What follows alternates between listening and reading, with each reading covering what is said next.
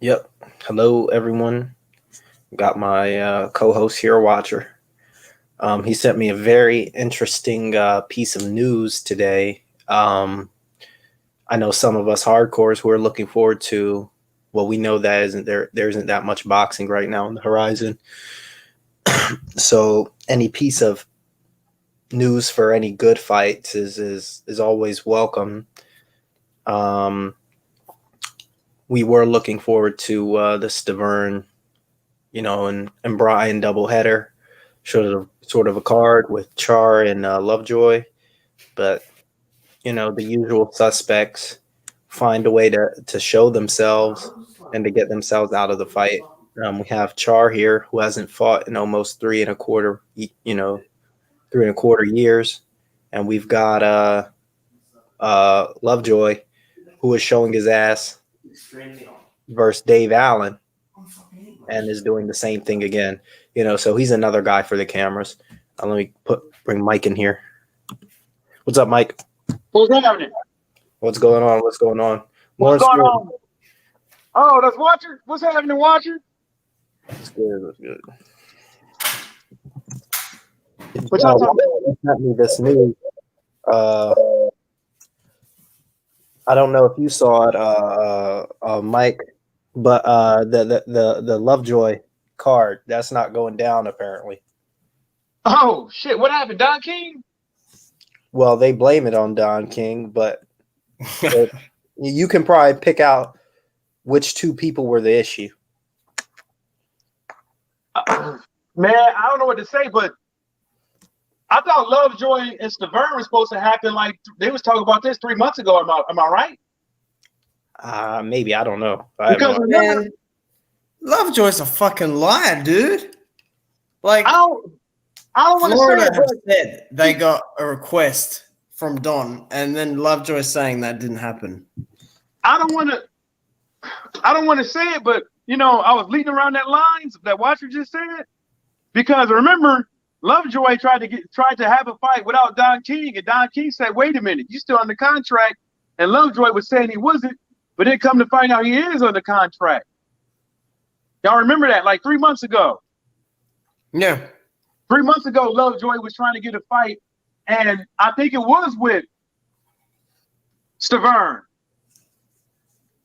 I think it was Stavern. Dave Could have been somebody else, but it's looking like the dude don't know how to. Just put it like this: as soon as the dude said, "I'm just waiting on Don King to send the paperwork so I can start running my mouth," and then he's coming off as this arrogant dude. And he hasn't even fought nobody yet. You know what video I'm talking about, right? Yeah. Is it? Didn't it seem like he was arrogant? No, yeah. Now, yeah. And I'm like, you ain't fought nobody. And then like Watcher said, it is kind of looking like he's a liar. Yeah. Is it Dave Allen, the guy you're talking about? Ooh. It could have been that one, man. Right. I mean, we don't like Eddie Hearn, but I mean, just to be honest, that guy was able to sit here and pay his flight over, even paid money for room, board, some travel expenses just to help him out. Who? Lovejoy. You're shitting me. For Dave Allen? Yeah. Matchroom paid for his ticket here, or a ticket over there. That was that fight that Don King jumped in on and said, "Wait a minute." Yes. Why he just didn't make the fucking fight? I don't know. There has to be something else, man.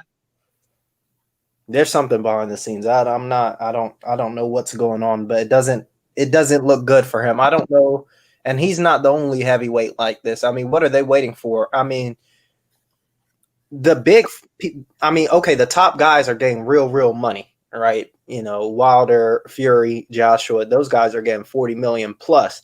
Do they think they're going to get in on it somehow, being so low on the totem pole? Because if you watch that Lovejoy video, he was saying, "Hey man, I need an advance of 20 G's. I mean, like 10 or 20 G's." He's like, "I got to pay for hotel rooms. I got to pay for meals, got to pay my training team, got to pay for this, that, and the third.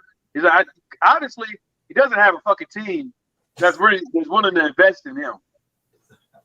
You know, and this coming down to the same lines of hate to say it, old Franklin.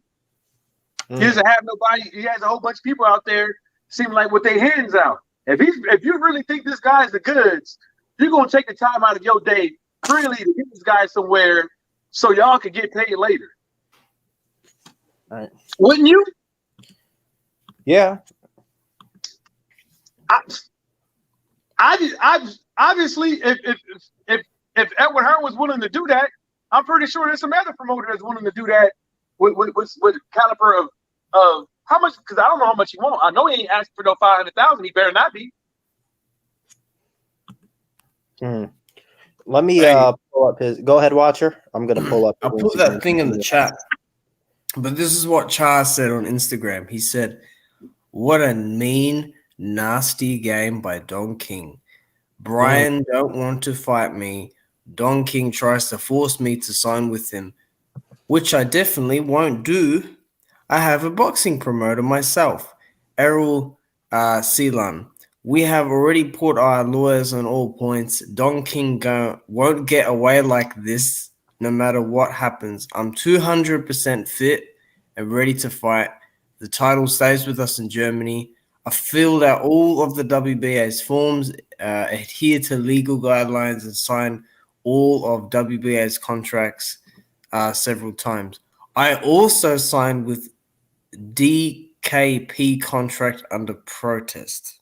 So he said he won't sign, and then he said that, which I don't know what to make of that. But the game with Don King, and then he meant that he signed under duress. Protest. I think he signed. I think he said he signed it, but he signed it under the things that he has no choice. He had no choice but to sign that. Different from duress. Protest and duress different. No, duress is like when you sign something. Duress is like when you sign something and legally you have a legal gripe that you didn't do it because they had something over you, or what I'm saying? Yeah. Yeah. And then he said, this one's hilarious. I would like to defend my title every 3 months. It's all up to Don King that I haven't been able to fight for 2 years. And then, yeah. He's forgot how long he hasn't fought for. Yeah, I mean. No, he said fight with Don King. Is that Lovejoy saying that?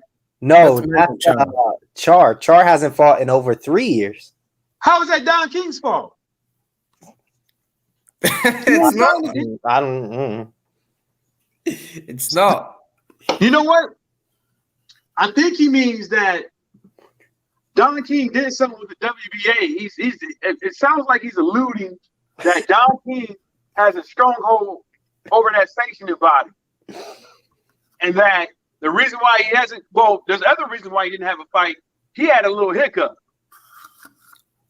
Remember? He also did have a little hiccup with performance-enhancing drugs, didn't he? Who's this guy? Who's this guy first? I don't know. Tricks Homachenko. I got whooped by slow beanbag Salido and green injured Tiafimo. He said, "I'm overrated. I'm hyped up." Funny name. Funny name. Shit, Lawrence. Lawrence Williams says, "Man, I trust Lawrence, bro. He just is like a super knowledgeable guy about all boxing. He knows everything in this sport." Oh yeah. They're gonna get stripped, I think, if it doesn't go through. I mean, you see how fast the WBC stripped Devin Haney? They stripped Devin Haney? Yeah, remember they stripped him? Oh, yeah. Just to give it back.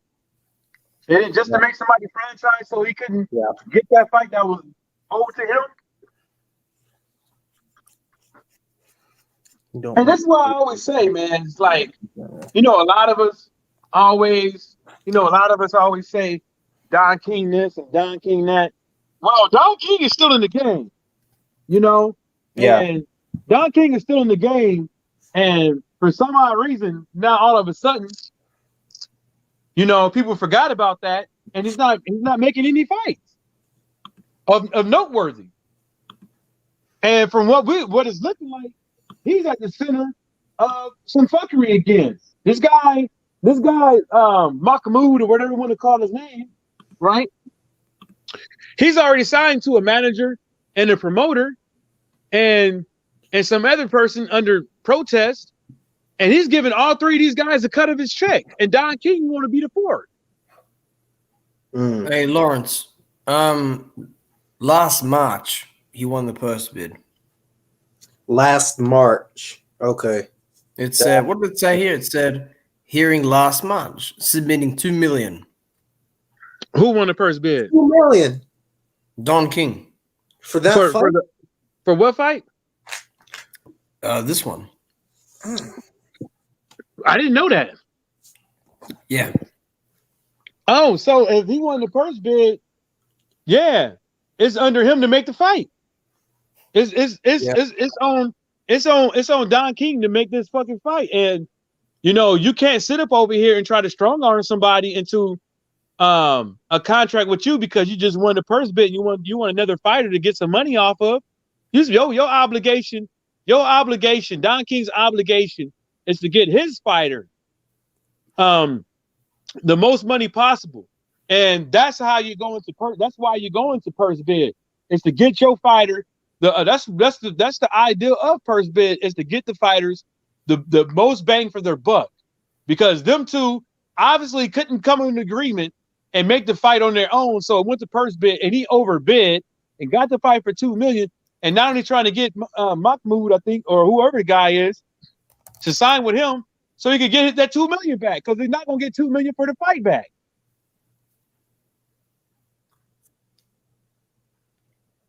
Where's that $2 million gonna come from? Is it the same thing that happened with I'm trying to remember now. Was it Pulev and somebody, some Epic Sports and somebody put up a couple of million for a fight with Pulev and I think Miller. I don't know. I forgot, but what?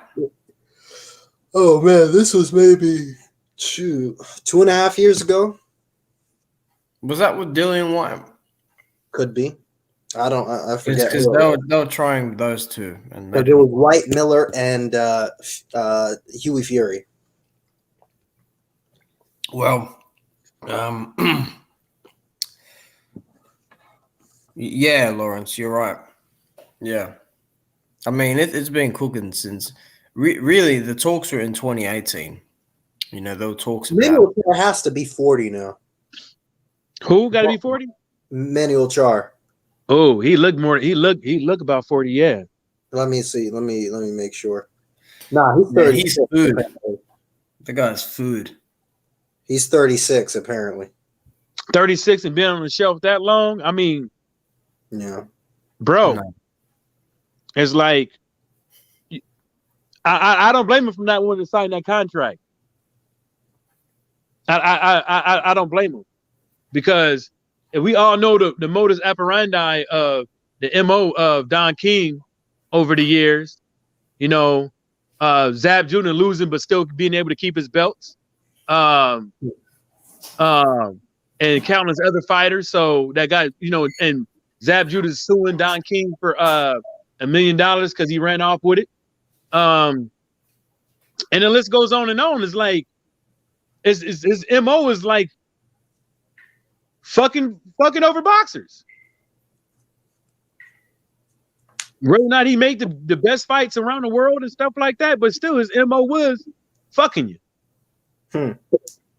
That's what Zab Judah said. Zab Judah said Don King got one of the coldest mouthpieces in the game. He basically said that, yeah, I hate to say it, but we was Don King's hoe.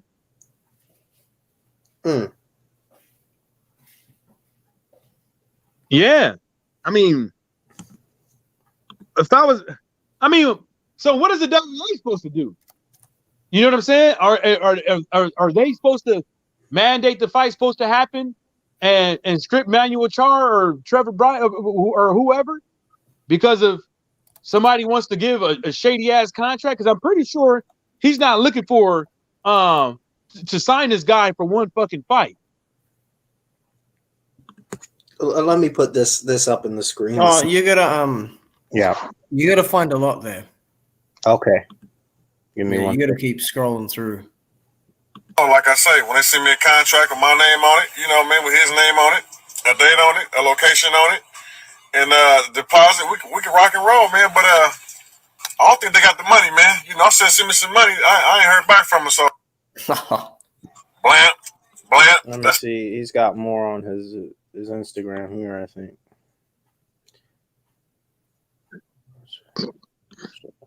Wait, Ain't no value. Yeah, well, hold on. I'm gonna fix this. What the hell? Click. It's not working. Give me 1 second. One second. Let me stop and I'll start it. He just put a new post up. The one Oh, on the far man, I left. got some bullshit. Okay. Yeah. Give me. Okay. Let me share it. The bullshit.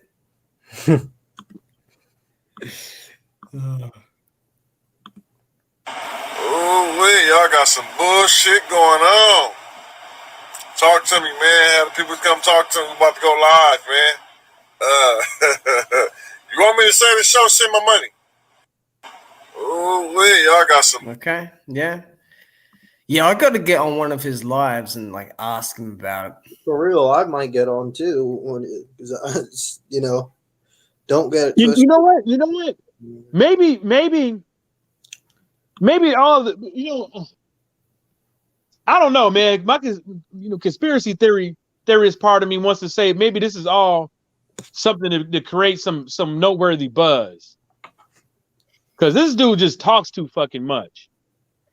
You know what I'm saying? He's talking, but he ain't saying what the deal is. He always makes it about himself, right? He always tries to kind of be the star of the show. He's always showing his ass instead of fighting top guys. It ain't looking right, man. Right. You know, Dominic Brazil tried to talk shit and got his ass whooped by Anthony Joshua. Yeah. Y'all remember that? Got all up in his face, acting like he was acting like he was a thug with an urban dictionary. The same thing. See, that's probably why he really got his ass whooped. He probably really did do that dumb shit. And that's how. But back to this dude, man. I just don't know, man. And that sucks though, because people were kind of looking forward to seeing what Mahmoud and whoever and whoever this guy's about to fight. Is it Mahmoud or is it Trevor Bryan? Charr is supposed to fight Bryan, and Lovejoy was supposed to fight Stavern. Yeah, that's right, the Stavern, because I'm still interested to see if Stavern can get back to have decent shape in what he was. You know what I'm saying? And I'm kind of interested to see how well Stavern would do against Lovejoy, whether or not Stavern wins or loses, because it's going to show a lot about Lovejoy's mouth. Yeah, I wanted to see it. I was just excited to see a half decent heavyweight card. I want to see the one coming up on the Broner card. That's supposed to be in a couple of weeks' time, a month's time. Brazil. Yeah. I would love to have televised it, and then like as they're fighting, you can hear the shots, and then Don King's just ringside saying, "Oh, look at that! Look at him go!" Oh, it's the heavyweight champion of the. I don't even know. That would have been freaking hilarious with the flags and everything. Yeah, I don't know, dude. Like, it's a weird situation now. I mean, it's been weird for freaking the past couple of years, but nah, man, I don't know. I don't think this is happening after that. Actually, hold on. I'll try to bring it up on the Instagram. Okay, I'll end my screen, and you can start screen sharing. I'll share it. Yeah, just bear with me. I'll bring the story up that he did Today. Yeah. Yeah, hopefully it's still there. It's one shot. Send me the contract with my name on. Actually, Stavern put something out. Let me just see what Stavern what put up. did Stavern say? Staverne. Bermane Staverne. Children's Hospital. He said the return grenadier on God. So I think he's implying that he's fighting. Okay. That's the bit that gets me, you know. Let me now share screen. Okay. I should be able to allow it. Tell me when you share it. You now? Yep. Go ahead. All right. All right. Just let me skip through. Look at this guy. What he says? Still dunking me. I see. Is volume there? Click the button. No, for I'm volume. not. I'm putting it up in a minute. Oh, he was with Ortiz training. Yeah, he's with Ortiz's team now. Like, he put so much on his I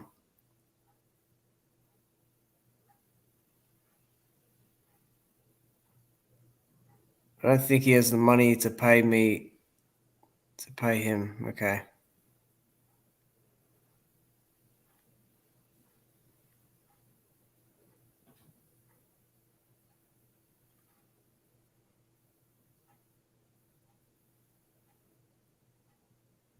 Hey, look, can you see this? Yeah. Oh my god. Yeah, Why, he's probably I do mine.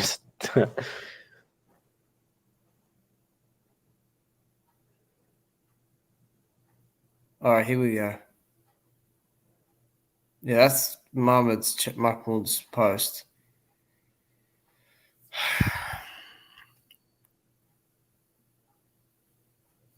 What the hell? All right, this is the first one I saw.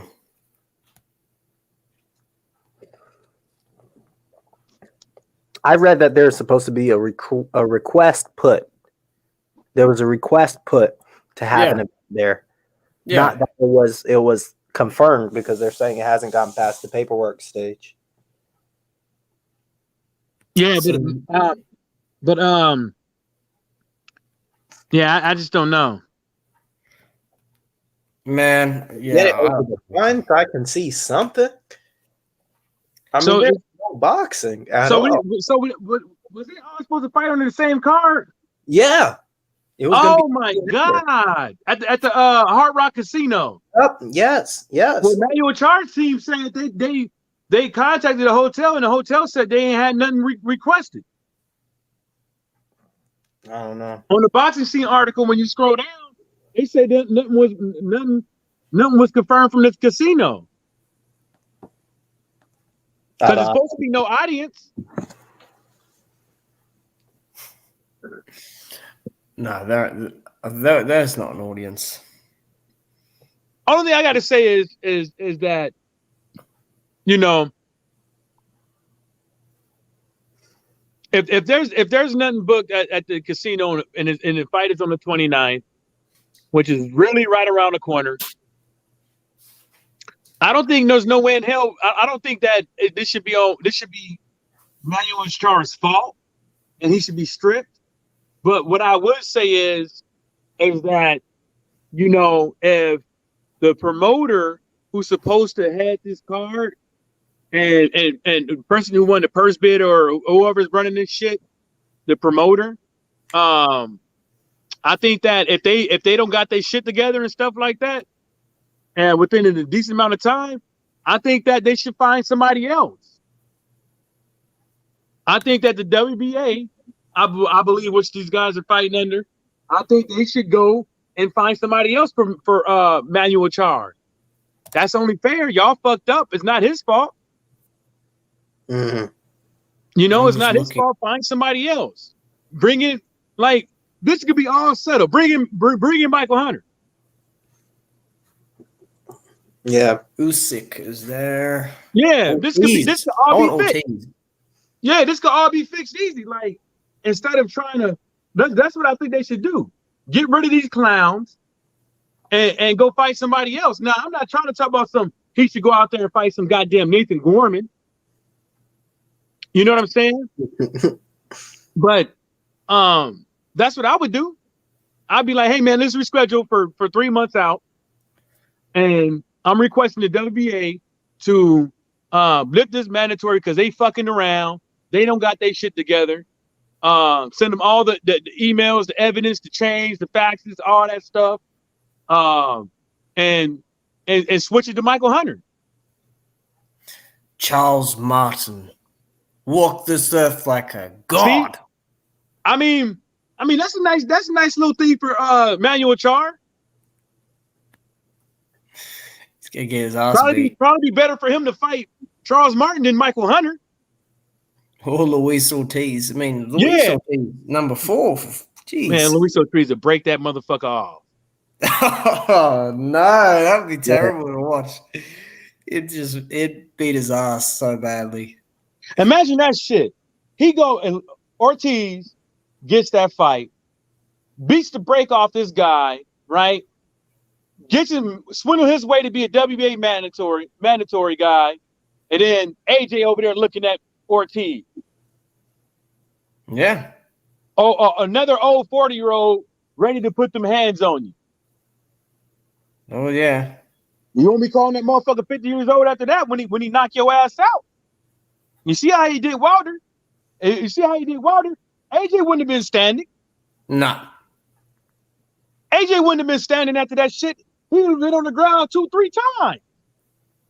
I was saying this stuff back in May, June, July. I was saying man, Ortiz, he should try to get a Charr, because that's easy work. Char's easy. That's an easy fight for Ortiz. So he beats him, and then he's in. He can call himself a champion, really, because that one was before the Super, and then boom, Ortiz Joshua pressure.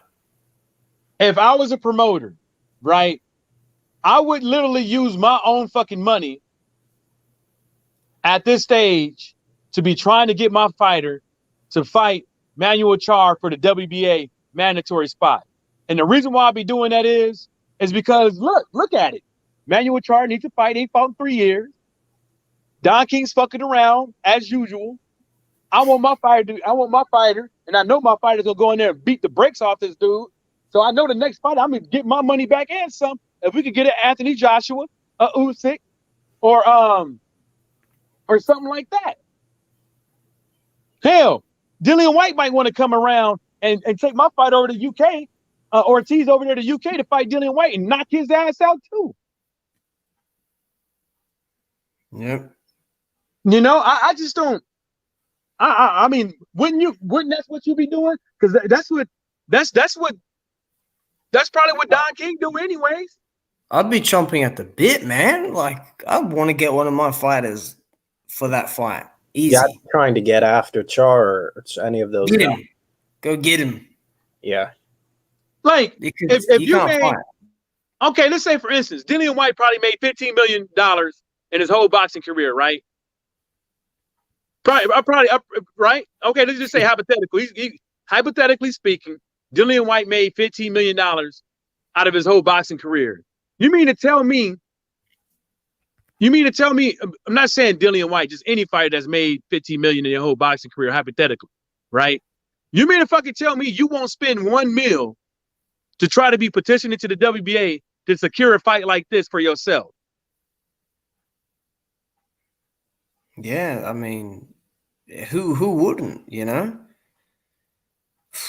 Actually, I'm gonna check Michael Hunter, see if he said anything about it, because I guarantee you he's had his eye on this.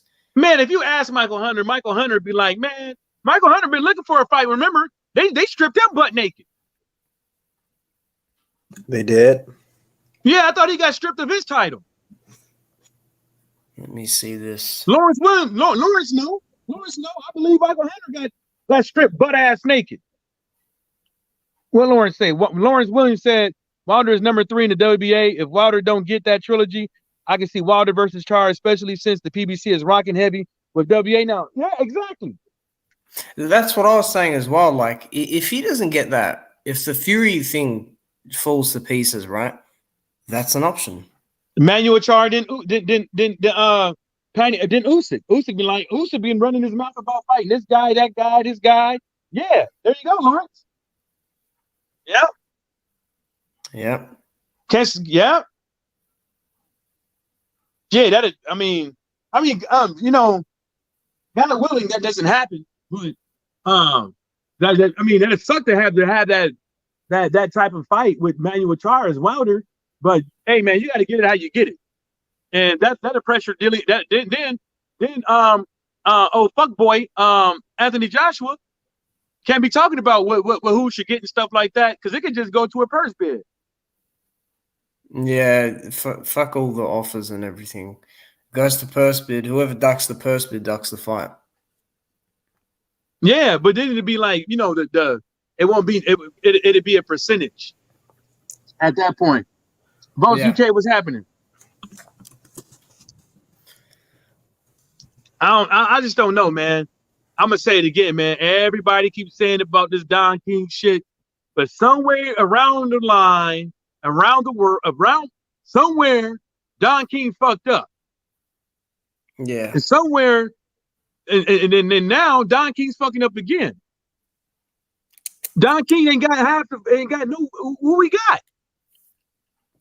Does he even still got Stavern?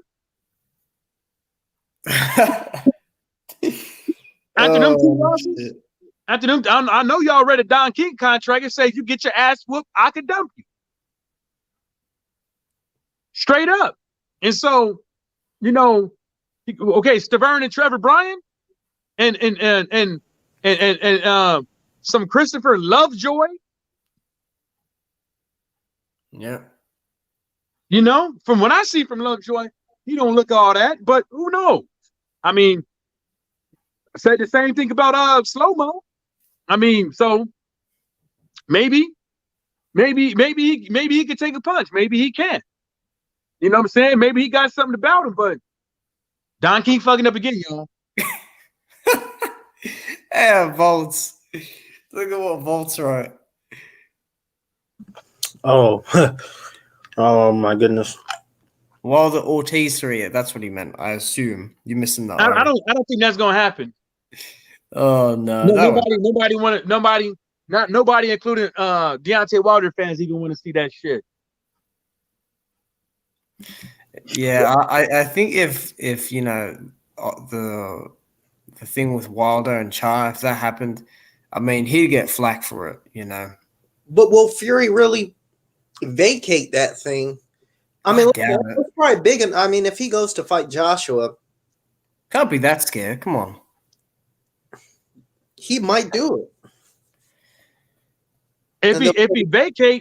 If he vacate, then really, to tell you the truth, you have no belt. How can you really call yourself lineal? Well, they're to all their fans, they'll believe it anyway. Oh yeah,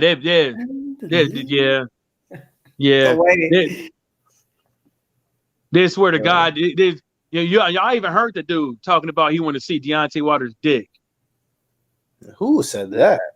Basically, he said he probably got a big one.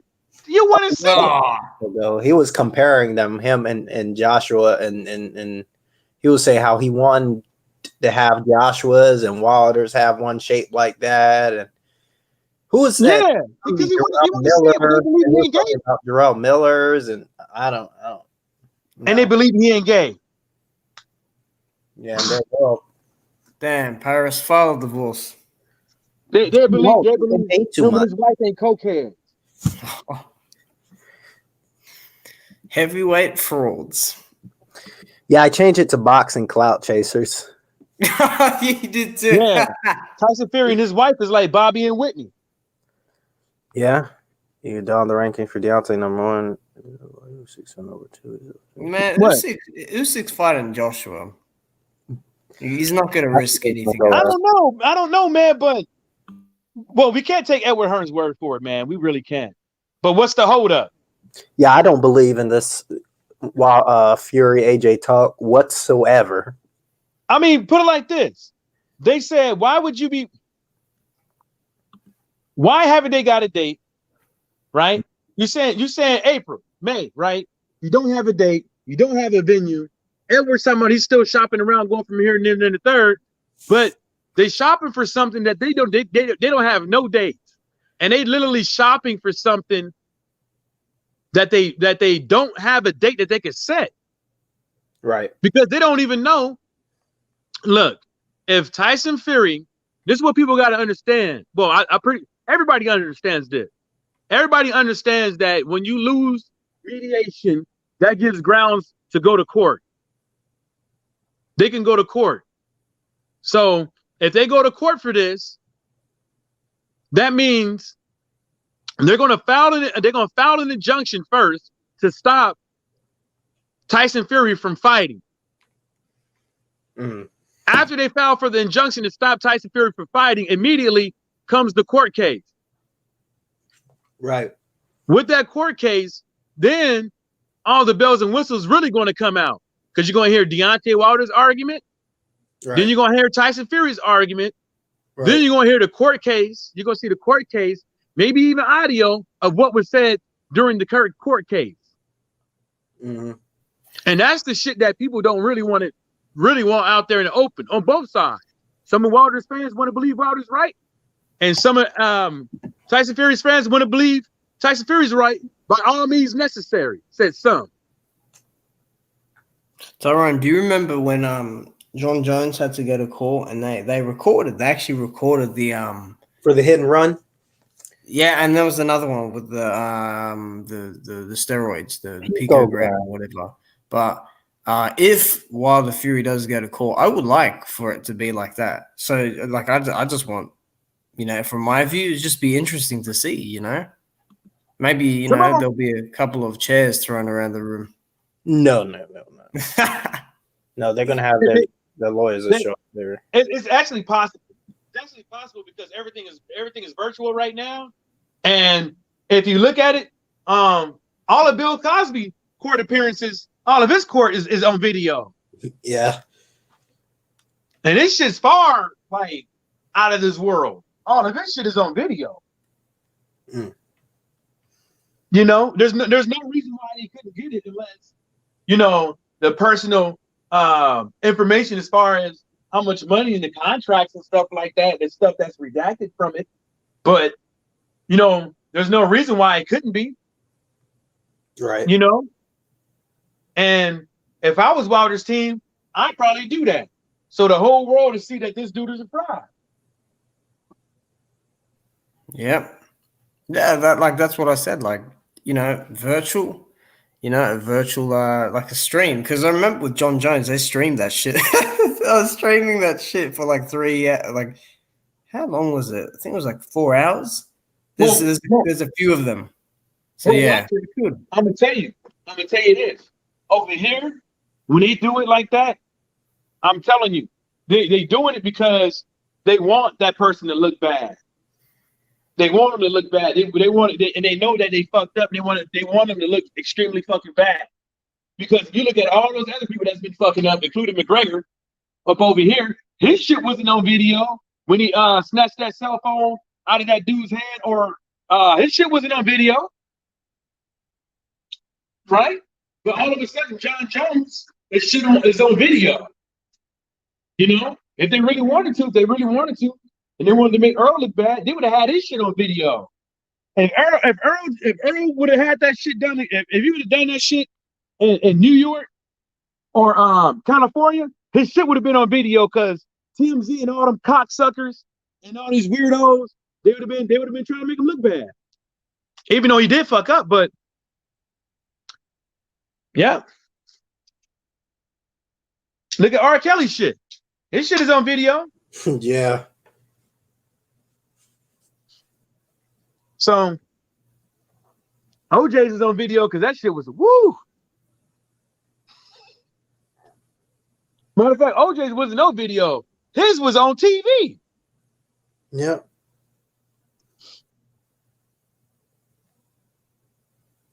But what do y'all think about this? Do y'all think that there's something going on with Don King and some of these sanctioning bodies? Like an unduly relationship? Yeah, I know he has a good relationship with the WBC. Yeah. For me, WBC, I don't know what's going on with the WBA, but WBC definitely. He knows how to work it. I'm gonna give y'all something, right? So the thing about Don King used to work with the mafia a lot, right? Back in the days. And the thing about the mafia was that if they couldn't, force you to do something like that, the next means that they had was they had something over you. You know what I'm saying? They had something over you, like some illegal business, some taxes, some found out, cheating on your wife, illegitimate child, out here fucking men and shit like that. They used to have things over people. And, I think Don King really has something over somebody, because you ain't produced in how long? You ain't 50, the last time you produced was with Stavern. He got his ass whooped. Yeah. Nobody wants to sign with you really anymore. You actually, like, there's no.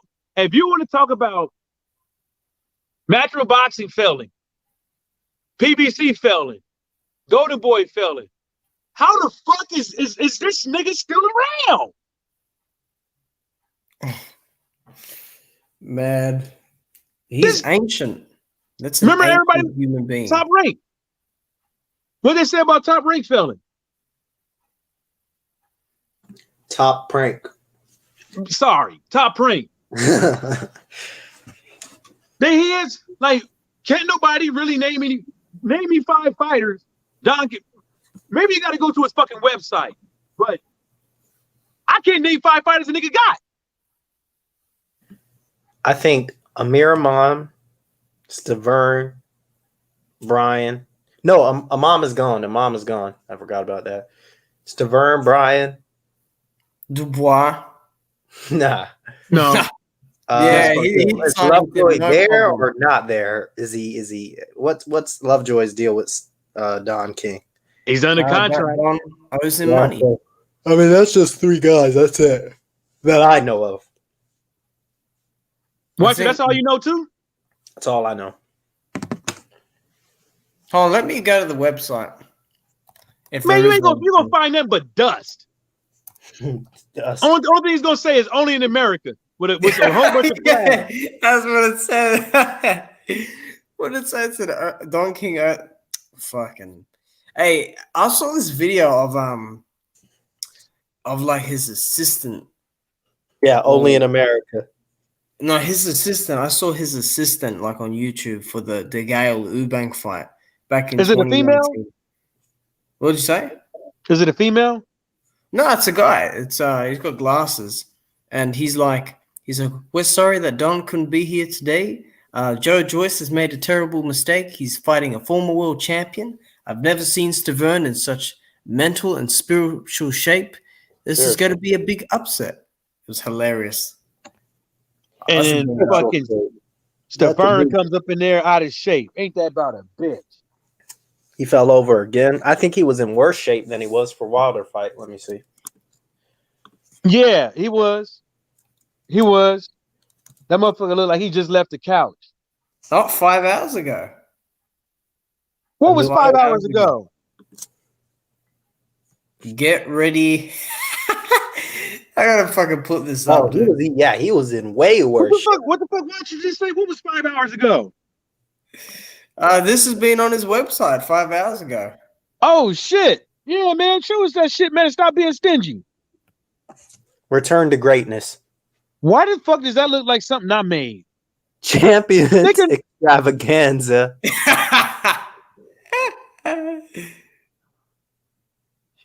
That actually looks like a okay car. Okay car. That's not a bad car, but what is that belt?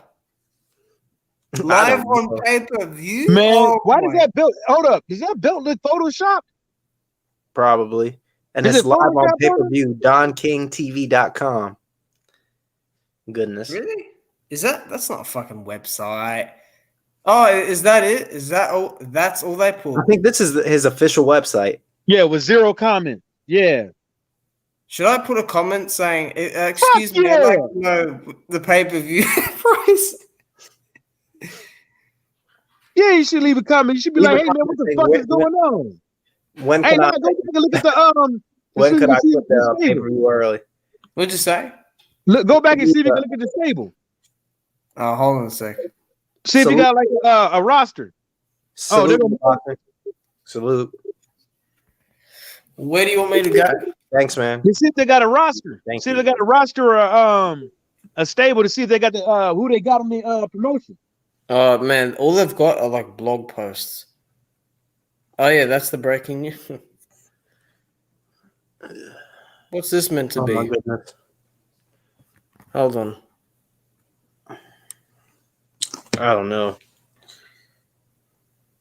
This shit might not even work on his broke ass site. Turn the volume up.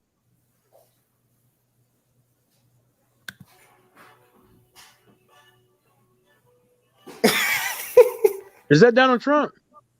Nah. Oh, I thought that was my bad. Is this Is that about? Will I Am? Is that Will I Am right there? Who's that? Why are they playing Frank Sinatra? Because Frank Sinatra was with the mob too. The mob told his ass, "You will work until you die." Is this about his fighters or about Don King? Nah, he's just taking photos with people. Hold on. Where are the fighters? Where's your stable, man? Exactly. A minute in, 2 minutes in, no fight, It's a 3-minute video, I think. no fighters. Hold on. No. Is there a search bar on this website? Let me see if there's a search bar. Who knows? What's this? Random article. Don King TV. This about a bitch. Return to greatness. Look, random posts. Popular posts. This website came up in 2020. Oh my god. I'm gonna do some digging a bit. No, yeah. Bear with It's me. because you can see like Don King promotion, something like that. Not the Don King TV because he ain't got shit on there. Yeah, I don't even know if that exists. Google onlyinamerica.com. I'm fucking. This is a joke. Return to greatness. I can't get over that name. Oh, let me see. No, extravaganza. What do you say? Extravaganza? Yeah, a heavyweight extravaganza. Yeah, heavyweight extravaganza. My fucking ass. Dude, there's no such thing as Don King TV. It's literally redirected me to the same website. There's got to be some sort of. Where is it? Oh, I'm gonna go on mute for a minute. Let me just look a bit.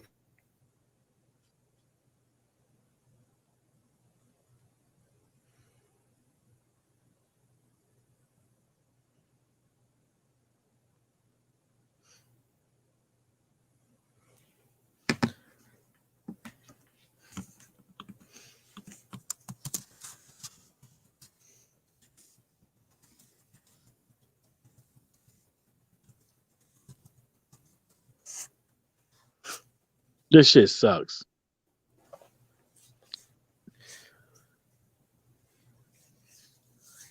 I'm thinking about making a post to myself and be like, your website sucks.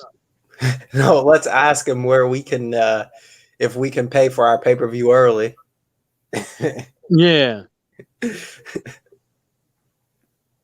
Let me make a comment actually on the site.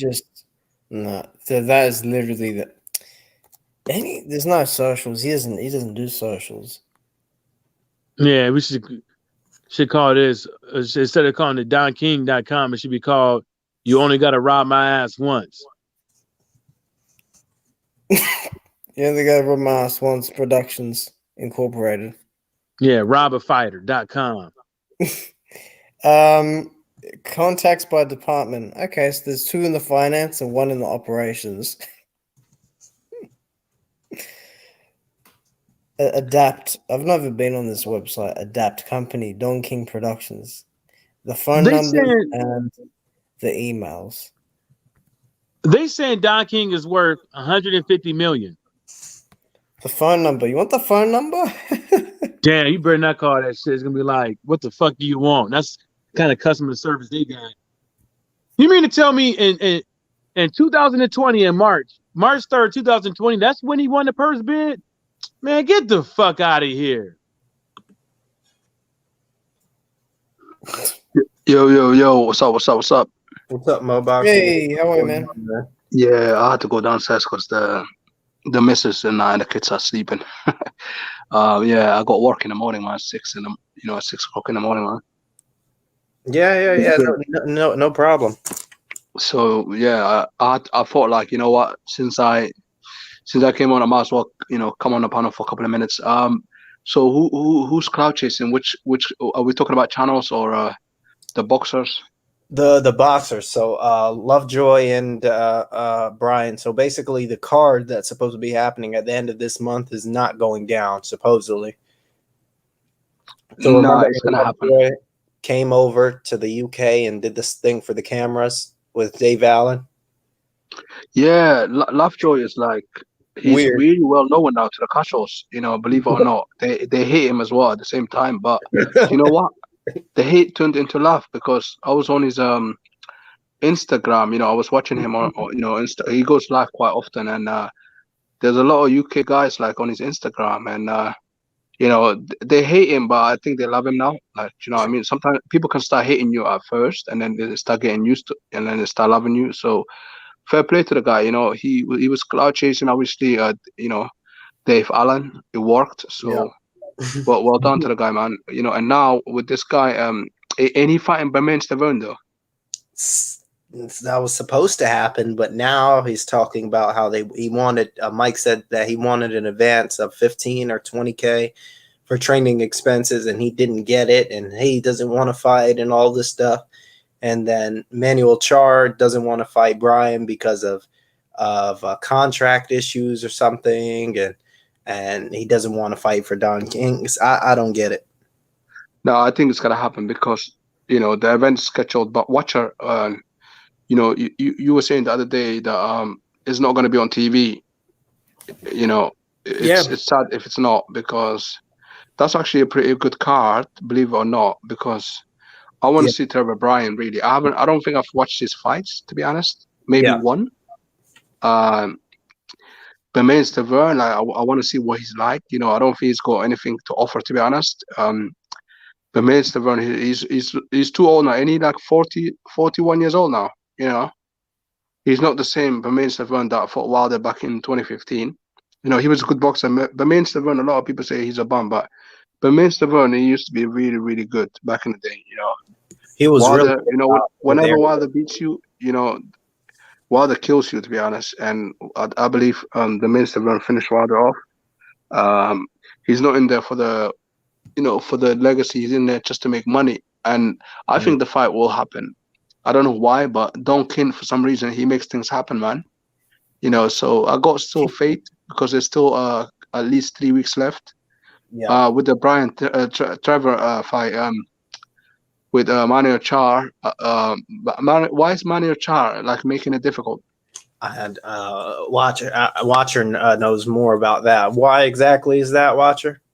Well, I mean, if we go down the timeline, okay, they were negotiating about it, and then I forgot what year it was, but I know Charr tested positive for, I think, 2 banned substances, and then that got resolved, and then it was scheduled and it kept getting cancelled. And I'm just talking about Brian and Charr, right? Because in the meantime, you had Stavern, who was he was inactive, and he'd fought Joyce, and then you had Lovejoy, who was just fighting in Mexico, and then last year Don King apparently won the purse bid for the WBA. And now we're in a situation where apparently the casino, the place that they want to fight in, has not been booked. But then there's contradicting statements saying it is booked, and then you have Charr that is saying that, you know, Don King is terrible, and you know he's screwing us around, and you know, you've got Lovejoy saying that he's not being sent a contract and this and that. But you know, the thing with me is that could all be true. You know, Don King might be just messing about, but those two just always have a problem. You know, Stavern and Trevor Bryan, they just seem to not, you know, have a care in the world. You know, so maybe stuff is good on one side and maybe stuff is not so good on another side. Yeah, Lovejoy, like I haven't seen him fight. Apparently Lawrence William, I don't know if he's still in the chat. I've seen him in the comment. Apparently he's got a footage of him, you know, fighting, or maybe he's seen him fight live. I don't know. He was saying he's seen him fight, and I've got no idea how good he is. To be honest, if I have to predict, like, he's not that good. You can just see, you know, how he acts. He comes across as cheesy, arrogant, and he reminds me a little bit of you know, Dominic Brazil. He's just like a tall guy, bubbly, and he's just there to get knocked out. To be honest, he's been fighting all his fights in Taiwan, wherever, and Yeah, in Mexico. I don't know the name. yeah. Is it Taiwan? Is it Yeah, Taiwan or something like that? Taiwan. He fights in a bar that apparently Mr. Boxing Today went to, and I think that's the only place he's ever fought. Give me 1 second. That's funny. Tijuana in Mexico. Yeah, Mr. Boxing Today, he said he went to that place. He said how small it was. What was it? Do you reckon Lovejoy broke the ring? Probably Bar La Oficina Casino. Okay, a couple different places in Tijuana, but they're the same. Revolution Bar, Big Punch Arena. What the hell? I can't find his fights. No, there's face fights. No one can find that fight. Apparently he's got the footage. I actually spoke to him, and I asked to speak to him. And one time, he let me on, and I asked him, like, can you put the footage at least on Instagram? And he said he was gonna do it, but he still hasn't done it. And the guy, he's saying he's got loads of money, he's rich, like, you know, he's got Ferrari, he's got yacht. He's very cocky, to be honest. Like, he acts like a movie star already, like, you know, superstar, and no one hardly knows him. Like, now they do, you know. He's got fans now, believe it or not. But I don't know, man. If Bermane beats him up, yeah, then I think people are gonna forget about him quickly. But I believe he'll probably beat Bermane because Bermane, he's got nothing to offer no more. You know, he's just there to get used. You know what I mean? It's just there for the money. Disgusting behavior, to be fair. And you know, but yeah, you might be right, Watcher. This fight probably might not happen. It looks all a mess. You know, I don't know why they, you know, giving us the false hope that Don King is gonna rescue boxing in January. So at least Kovalev is fighting, you know, against I forgot his name now, the other Eastern European guy. What's his name again? He's an amateur, or he was one of those amateurs, Bektemir or something. Bektemir, something like that. I never can say the Eastern European names, man. It's hard to pronounce their names. Yeah, IBT. I was in Watcher's thing, and IBT told me some stuff about him. I don't know. I have to see the guy fight. I haven't seen him fight. Yeah. You know what? I don't know. Somebody's asking in the chat, like, where does on Quiqui is asking, where does Dr. Keith Thurman fit in all of this? Yeah, I don't know. I haven't heard of Keith Thurman as well. Like, Keith Thurman is a good boxer. You know, I believe, you know, the loss against Manny Pacquiao, to me, I seen that as a draw. I really didn't see Pacquiao winning that fight, to be honest. Maybe close, because of the early knockdown. And it was quite funny. People said it was wide. I thought it was close as well. I thought, to be honest, I will sound biased, but I feel like Thurman won that fight. To be honest, the only reason why Pacquiao I got it is because the early knockdown. The early knockdown, man. Yeah, the early knockdown. I have to watch it back, but I had Keith Thurman winning a lot of the later rounds, like a lot of the rounds past 5. And when you look at the stats as well, the combi box stats, it showed that Keith Thurman, he threw more punches and he landed more punches as well. Yeah. At the end of the fight. Yes. But obviously, they're gonna look at, judges will always, favor the person that gets knocked down and all that sort of stuff. But Keith Thurman, I think he can beat Manny Pacquiao, like if he has a rematch with him. But I believe Manny Pacquiao ain't gonna do it, man.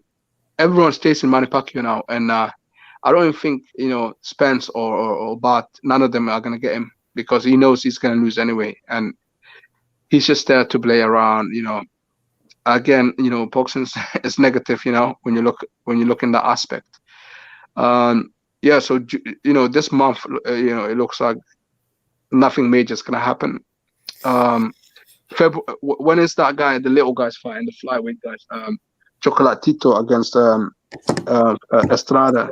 Is that in February? Yeah? March, I think, or is February? I'm not sure.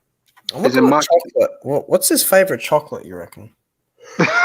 Snickers. I don't know. I don't know why they call him Chocolatito. And his name, I forgot his name, man. Because they call him Chocolatito so much. Gonzalez. Roman Gonzalez. Yeah, he's got like a soccer name like Gonzalez. Yeah. A lot of soccer players are called Gonzalez. Yeah, man. I don't know, man. Like, obviously everyone's talking about the trilogy. That's apparently gonna happen now. If you watch for non-stream today, if you go to 2 hours and 27 minutes, he'll just list pretty much like what Fury would have to do to just get out of this fight. The hurdles he'd have to do, because dude, it's a gauntlet. Mediation and then arbitration and all that. It's a freaking mess. I don't think Fury is gonna get out of this whatsoever. I think Fury is gonna go ahead, man. He's too cocky. He's too confident. God knows what happened in the second fight, man. I have my opinion. I'm not gonna put a lot of negative in this channel. Unlike Coach Chris the other day, he was going like quite hectic. Nah, Coach Chris is cool. Me and Tyrone know him. Well, I've had him on my on my show before. But I was listening. I was there. I was listening when Coach Chris is a cool guy, man. He's a good dude. People don't understand him. He's very passionate when it comes to boxing, especially when it comes to Deontay Wilder. So am I. But sometimes it's good to be realistic. And I guess we're gonna get the fight, man. And I just think something was wrong, in the second fight. That's all. But the third fight is gonna be completely different, man. We're gonna see a complete different fight, and whoever wins that fight, we should leave it there. Like, people should leave it alone. If Fury wins again, people should leave it. If Wilder wins, he shouldn't get no backlash. But I can see like, the other side of the fans. If Wilder knocks out Fury, they're gonna be like, oh, he cheated and this and that. Why can't we do the same thing? So there's gonna be a lot of crybabies going on. But hopefully. But it looks like we're gonna go. We're already in lockdown, so I think you guys are in lockdown as well, Tyrone, in America. Nah, not like that. No? Nah, not like that. Y'all don't lock down because you can't lock it down. Triple BOC No. down. It's not UCAT, man. It's the whole everything, man. It's the government. No. I saw the article when it states that Triple BOC UCAT said hell nah, no more fights. With us, different. Some states are on lockdown more than others, so that's the reason why some people are going to Texas. Because you got to think about it, though, is like Texas is probably like one of the most lenient states when it comes to masking, probably. As far as like when it comes to football, basketball, and events. Yeah, but I'm talking about the lockdown. I'm talking, Mike. I'm talking about the lockdown of like everything, like the Yeah, shops, I know the what you're talking about. schools. I'm telling you, there was a recent article All right. from Triple BOC or UCAD. I'm telling you, there was a recent article, and it's dumb I though know. because They locked it down until the end of the month. But right after Anthony Joshua had his spill. yeah, Convenient, they huh? couldn't mess with Anthony Joshua. Like I knew that for a fact that they were not gonna cancel that event whatsoever. For some reason, like AJ is like the big star. Like they claim that Fury is the big star, but like Oh, Fury ain't a star at all when it comes to England. Like AJ speaking is. about that, right? Yeah. I don't think some people say this, but it might not be true. But I don't think Fury can get a license in the UK. Not at the moment. No, I think he's still. I don't know. Maybe Watcher can correct me on this. I think he's still serving that ban, the UCAD ban. No, because I don't know if that's over. if he was serving the UK ban, he couldn't box. Period. No. It's got nothing to do with the ban. It does have something to do with the actual investigation, because if he tries to apply for it, then they're probably gonna be like, right, we're reopening the case because we need to make sure things. Because they're not even insinuating having the Fury fight, the Fury and Anthony Joshua fight in the UK. Yep. They're not even insinuating it. But that's nothing to do with the license. I think that's to do with Mr. Hearn and Mr. Frank Warren wanting to have more money.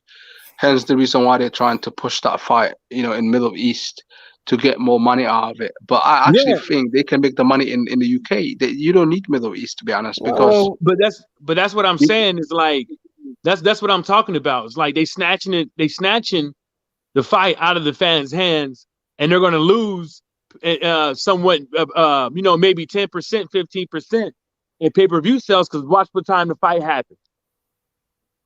Nah, it's not that bad in the time difference, because last time when he was fighting, when AJ was fighting in Saudi Arabia, the main event for us was at 11:30 p.m., which is not too bad. Normally, like he fights in the UK around 10:30, like 11 o'clock. So Is there a 2 hour? there's only a half an hour time difference. But the reason why they're doing it is because they want that like backhand money from the Arabs. Like they like to pay money under the table.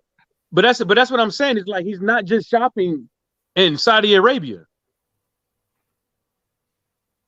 Yeah, he's not like just Dubai. shopping. That's what he said. He said he went to a few countries. He's traveling. Bahrain. Middle East, basically Bahrain, Dubai. And that's not necessarily true, because right now it's 2:16 a.m. in the morning in Saudi Arabia, and it's 11:16 p.m.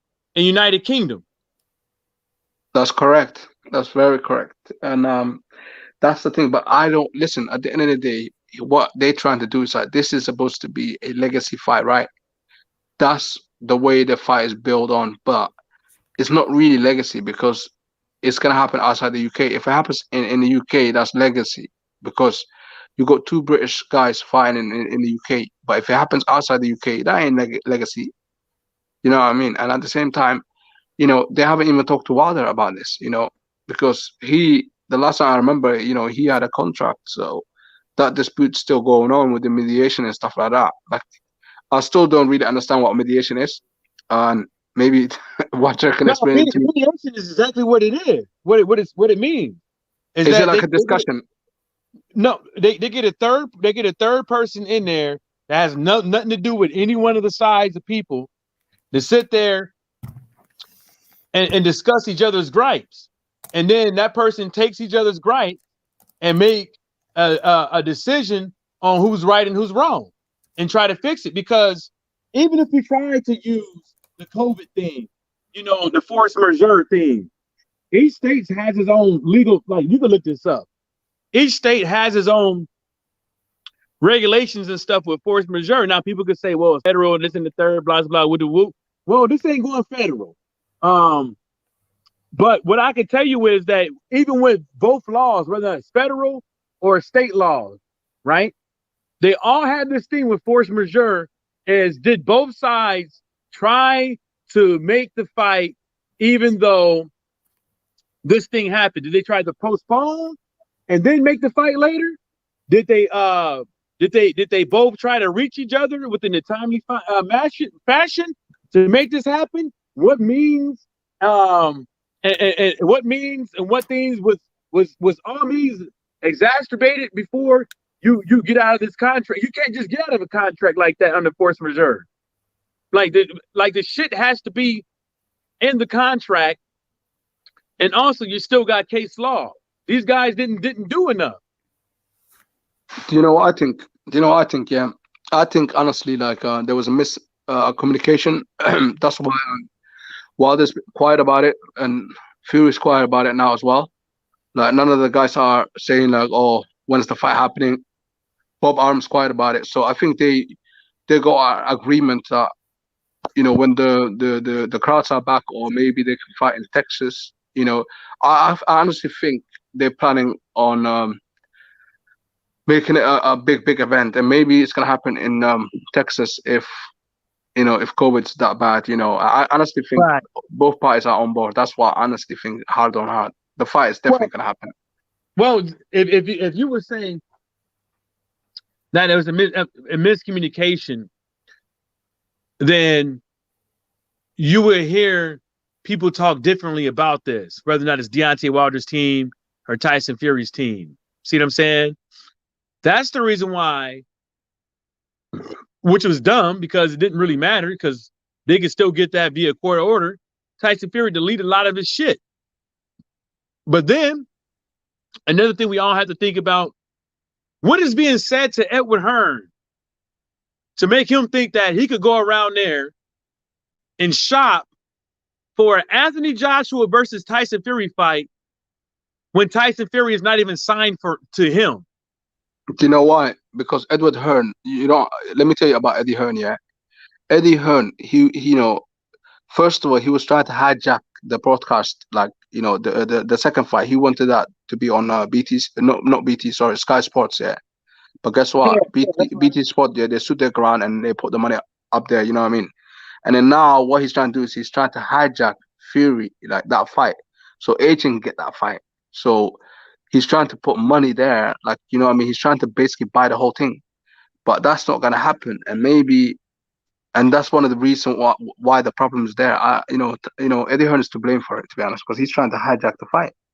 He's trying to force Undisputed, but that can't happen because Wilder got contract, they got agreement, you know what I mean? So you can't really break the contract. The way AJ was saying, remember when AJ was offered that 50 million? Like apparently, according to them, they were saying like, you know, he's got contract with Sky and stuff like that. So if they can't break the contract, why should Fury break that contract? You know what I mean? So this is the thing, man. The double standard, the irony of Eddie Hearn trying to hijack, but when it's on his side, you know, this is the thing with Eddie Hearn. He's a snake, and he'll try to do anything to get his way. You know, he's a spoiled child. That's what sort of guy he is, Eddie Hearn. I'm telling you, man. I know these guys, like, you know, they live around me. But basically, I was hitting that in a nutshell is somebody on Fury's team is telling them something. That's what I believe. Yeah, because it's the guy Kinningham. It's Kinningham. You know the drop. Okay, hold on. This is the reason why I say this is because Tyson Fury with his big ass fucking mouth, he's for sure ain't saying nothing. He ain't saying why y'all all up in my business. He ain't saying why y'all using my name to boost Anthony Joshua's profile. He ain't saying shit. Because he's in on it. Because Kinningham, no, you don't understand. Because Kinningham got involved, and somehow he convinced Eddie Hearn, like, you know, because Kinningham, you know, he's some sort of manager of Tyson Fury as well. Tyson Fury is with MTK Global as well. I don't know why he's with so many teams. You know what I mean? So Kinningham probably said, look, I can make this happen. That's why, like, Tyson Fury back in October, he was saying, like, you know, he's got good news. You know, he's going to get the AJ fight, you know, and he was thanking Kinningham, if you guys remember at the time. But at that time, you know, they really thought Tyson Fury's camp really thought he could get that fight. And that's what I'm hitting at. And you answer the question. Like I said, it's Tyson Fury's team that's saying that's okay. See what I'm saying? It's not really his team though, because No, that's only one side of it, his team. no, it doesn't. It doesn't matter because Frank Warren can say something. Yeah, Queensberry Promotions can say something, and yeah, they're but why not. do you think? Why? They're Okay, okay you know, with it. Frank. Have you noticed how smart Frank Warren is? Frank Warren is really smart. He did not get involved. He didn't say, "Oh, we're gonna get the trilogy." He's keeping his mouth quiet. Plus, in some sort of way, I don't think Frank Warren wants the AJ fight because He didn't he keep his mouth doesn't. He shut. doesn't. He doesn't really like Eddie Hearn because Eddie Hearn has been taking shots at him. They got like a real beef, you know what I mean, No, going no. on between each other. Well, Frank Warren didn't keep his mouth shut at Well, first. He was even yeah, at rooting first, for it. He was even rooting for this. yes, at first, but then he got put in place because he probably got the phone call probably by Shelly Finkel because Frank Warren and Shelly Finkel, they're quite close. You know, Frank Warren, he worked with Al Heyman as well, so he's got a very very good relationship with No, Al you Heyman. can, So dude, Mo, you can literally look at it online with Frank running his mouth about the fight, and whether or not we see it or not, MTK Global was part of his team. See what I'm yes, saying? that's right. It's part of Tyson Fury's team. So if MTK Global was out here running their mouth, right? Out here running their mouth talking about giving Edward Hearn the rights to go out here and shop for this fight, right? For their fighter, for Frank Warren's fighter. And ain't nobody saying anything. The reason Do you know why what though, is Mike? Let me say something quickly no, before I because forget. listen, hold up, I ain't doing it. It's because they're okay with it. Because if I they think say something, hold up. Because soon as they say something, then they are implicated on what they're doing. So everybody is playing fucking dumb. MT Clay Global right now ain't gonna say nothing about it right now. No, they're not. They're not gonna say nothing about it right now. Frank Warren's not gonna say nothing about it right now. And Tyson Fury is not gonna say nothing but I hope the trilogy happens. And the reason why is because they're in mediation and they might see a lawsuit. And Bob Arum even said, if it was me, I would sue. listen to this though. Like one of the reasons as well why I don't think AJ Fury won't happen is because remember, like a couple of weeks later when they announced when Fury announced on Instagram saying like, yeah, I got good news, this is that and all that. Yeah, like there was some newspapers that brought up like Killingham past, that he's Right. wanted and he's a Yeah, I remember those. criminal and all that sort of stuff. So basically, what he done is he's now not the main guy, the main owner of MTK no more. So his name is like, I mean, they're hiding his name now. So now, in a way, like he doesn't want the limelight. That's No, one of the reasons why, he doesn't want this problem because he's worried for, that he's gonna get like talked about, and then in the end he's gonna get put in but jail. So Mo, you I don't can't think say that. Mo, you can't say I, that because people on the outside, they know what he's doing. He's still booking fights, and everybody knows this. MT Clay Global, Kenningham, right? Because you can even take it to this. I did a article on this. I did an article on this piece with Jojo Diaz, and it even said in there that he was implemented on getting Jojo Diaz and contacting Jojo Diaz promoters. I mean, being contacted by Jojo Diaz promoters. So I even know he's still active in the game. But the whole thing about it is he can get a license over here, a manager's or promoter's license here, but he can't come here. Kenny uh, can't come here. He's salute banned. to yeah, man. Salute to Jacobs Jennings, man. I'm glad that you recovered, bro, man. This illness is What really bad. was up with him? No, he caught COVID back in November. I was reading the chat, man. Salute to you, bro, man. I'm glad you recovered, man. Yeah, I Because caught this that illness, too. a lot of people died. Some people that were close to me as well, and it's really bad here in the UK. And I'm glad we recovered, and hopefully, we get rid of this stuff. Let me address this guy. Like, is it a girl, a man, or a woman? I don't know. Born quickly. Ain't nobody, ain't nobody in 2021 beating Tyson Fury. Listen, let me tell you something. Yeah, Tyson Fury is, It's not that hard to beat. Okay, he's not that hard to beat. He's a good boxer. He's a big guy. Don't get me wrong, but at the same time, he can get beaten. This is the heavy division. Anyone can lose, man. So don't get too confident in Tyson Fury. Tyson Yeah, Fury is not, he's a good boxer. I'm not gonna say like, oh, he's not all that. Of course, he's a good boxer, but at the same time, there's a lot of stuff in the middle. What happened with in the second fight? You know what I mean? I'm not gonna keep repeating myself, but let's get the third fight. All right, let's get the third fight. Let's see what happens. All right, and may the best man win. That's all I have to say about that comment, because people want to say like, oh, Tyson Fury, he's unbeatable since sliced bread. You know what I mean? He's this and that. Like, I had enough of that, man. He's a good boxer, but he's still beatable. He's still beatable, man. yeah, and my whole thing is like when people come over here and say this shit, it's always it's not they're not saying it because we see, this is the thing, we're not even talking about a hypothetical who wins in the third fight or anything, and people come over here and they say stuff like that, and it's just like they got an agenda. Like, who cares if Tyson Fury wins the third fight? Good for fucking him. There's other boxers that I like that I'm fans of. But what if Tyson Fury loses? Who else is nuts you're gonna hang on? You know what I'm saying? Okay, It's like that shit is childish. What about the fight? What about Cunningham? Back in the day when he fought Cunningham, yeah. Like Cunningham literally threw override right hand, yeah, and he knocked him down. I thought he was knocked out. And if you go back a couple of years before that, in 2011, he got knocked down the same way as Cunningham did against Neven Pancic, a guy from Bosnia. He lives in Canada. He knocked him down so badly that Fury, it took him a while to get up. And that guy was pressurizing him. And one fight I was watching, Fury actually punched himself in the face. So Yeah, I saw Fury, that like shit. That shit was funny. you know what I mean? You want to address that Fury is better than that we think. That his footwork is good. Of course his footwork is good. Impeccable. But his hands are not that fast. He's got good footwork. Don't get me wrong, Bon Quinkui.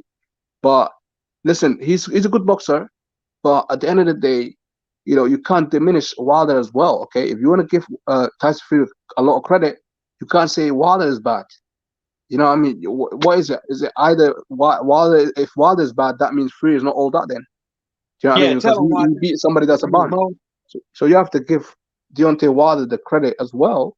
If you want to give your guy Tyson Fury the credit, it's as simple as that. Sometimes you have to look at when you type, think about what you type, because you're basically diminishing Tyson Fury in your own comment. Yeah. Yeah. Yeah. Yeah, let me just touch on. I didn't get a chance to say it was my piece about Jacob Jennings, man. Thanks for saying that, Mo, because that's tough. COVID and everything, man. Yeah, I haven't seen you in a long time, Jacob Jennings, man. I hope everything's all right, and I'm glad you're back. I wanted to ask you a question, Mo. How bad is the lockdown? Is it like just all systems go? Everything's just boom. Basically, we went on lockdown last week, full lockdown. So that means that we're not allowed to go outside. The kids can't go to school. It's pretty much really, really bad, to be honest. I'm not gonna lie. And we're gonna be in this lockdown until the end of February. So the sports are still on, like soccer and stuff like that. The only sport that's not going on is boxing, because UCAD said boxing is banned until the end of January. We've had so far since the COVID started, we've lost 80,000 people due to the COVID. This news, you know what I mean? And we, yesterday we've lost about 1,300 people due to COVID. just yesterday. Just yesterday, yeah. It's really bad at the moment. It's really high. We've got like a different type of COVID now, a strong one. I don't know if you guys got it in America now. I saw an article saying that they found it here in Utah and in Georgia and in Colorado. So, but we've yet to, our state. I think California did something. But I'm in my state. We're fine. We didn't. Thank God. We didn't. I just want to say to people like that think COVID's not real. Don't be gullible. It is real. It's real stuff. Make sure you wear your mask. Make sure you wash your hands, because at the end of the day, you don't want to think, oh, this is not real and all that sort of stuff, and catch that stuff, because that stuff is deadly, man. It can kill anybody. It can kill from young to old. And if you can get the injection, go get it. A lot of people are saying don't get the injection, but Man, you I know ain't what? getting that shit. No. Listen. Don't say that, because look, that's your opinion. But let me tell you something, yeah. That injection, yeah, saved a lot of lives, all right? Because I'm telling you now, man, a lot of people now feel a lot better. The people that did not take the injection, they all lost their lives. So No, that's not but that's not you can't really say that. And the reason why you can't really say that is because they don't even know. Like, you could go look it up, do your own research before you speak about it, because I have, and this is not even a dead virus. See what I'm saying? This is not even a dead virus. This is something that they're giving to you as a vaccine. So nobody knows exactly what is this going to do to your body immediately and what is it going to do to your body later. And so everybody really essentially is being used as guinea pigs. So just like the first roll of PlayStation 5s that come out, smart people are going to wait. I did. Me and my brother both have PS5s.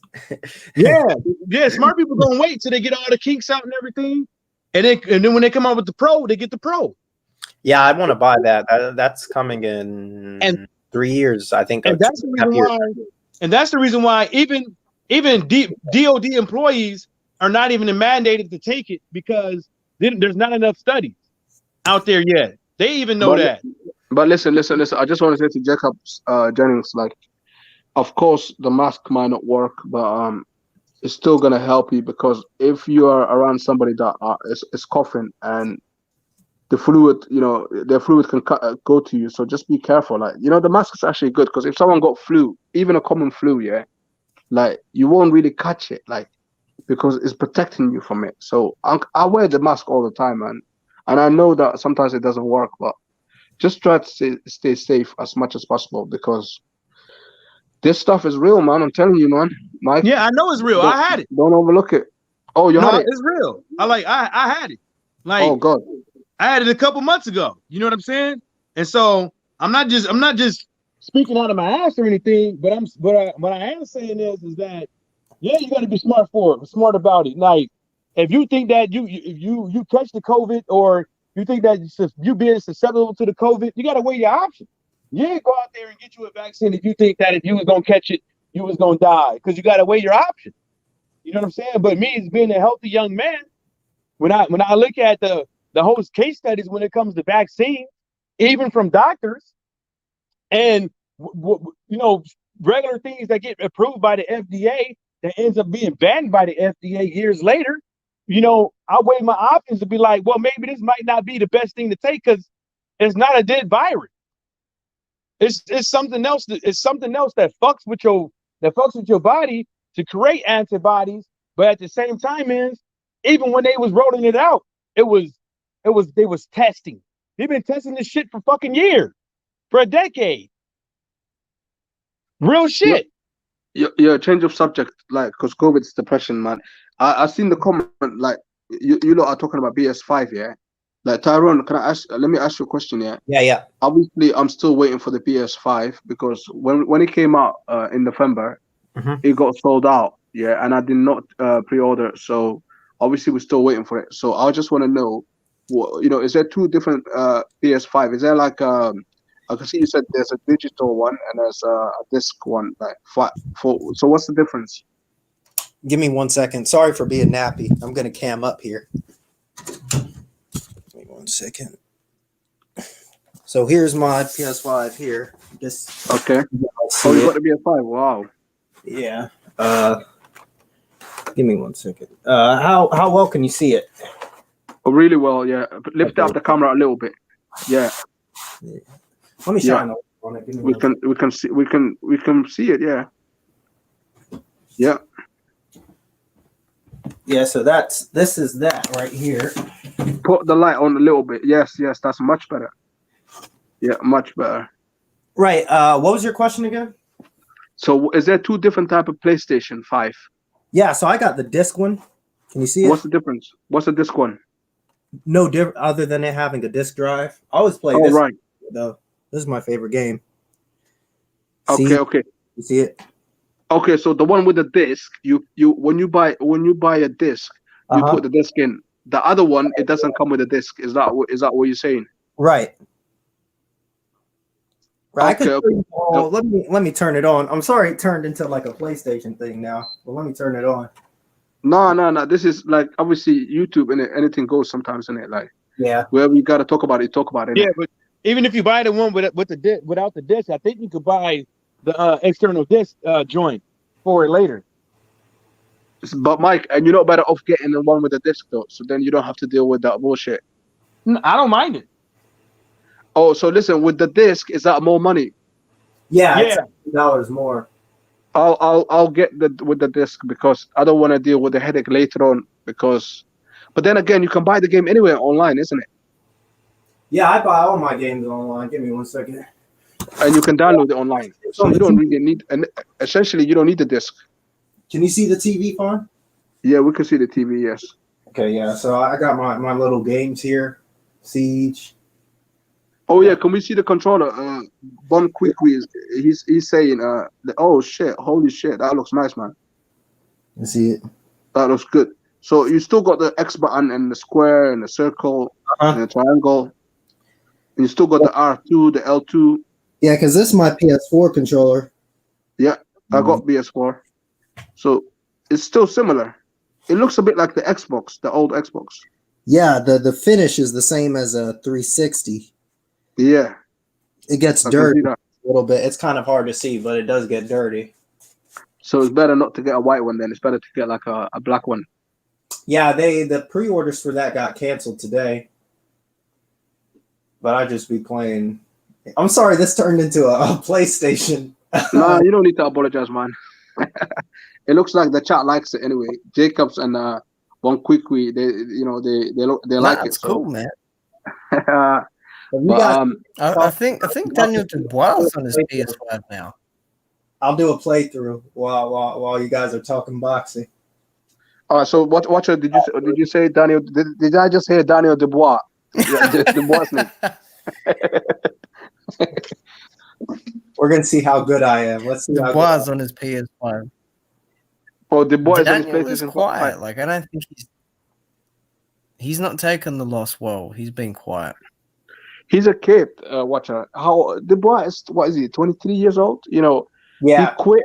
I was listening to Kano Loco. Man, plenty of kids. I was listening to Kano Loco the other day, and he was saying like Dubois, like he's got a history in quitting. He quit in the amateur. I didn't know that. You probably know that, Watcher. It's I should have seen it coming because if he quit in the amateur before, then of course he's gonna quit sometime in his pro debut. You know what I mean? So he quit against the better guy, I guess. I heard Martin Bacoli gave him trouble in sparring, and that Frank wanted to keep him away from Martin. That was just a rumor I heard.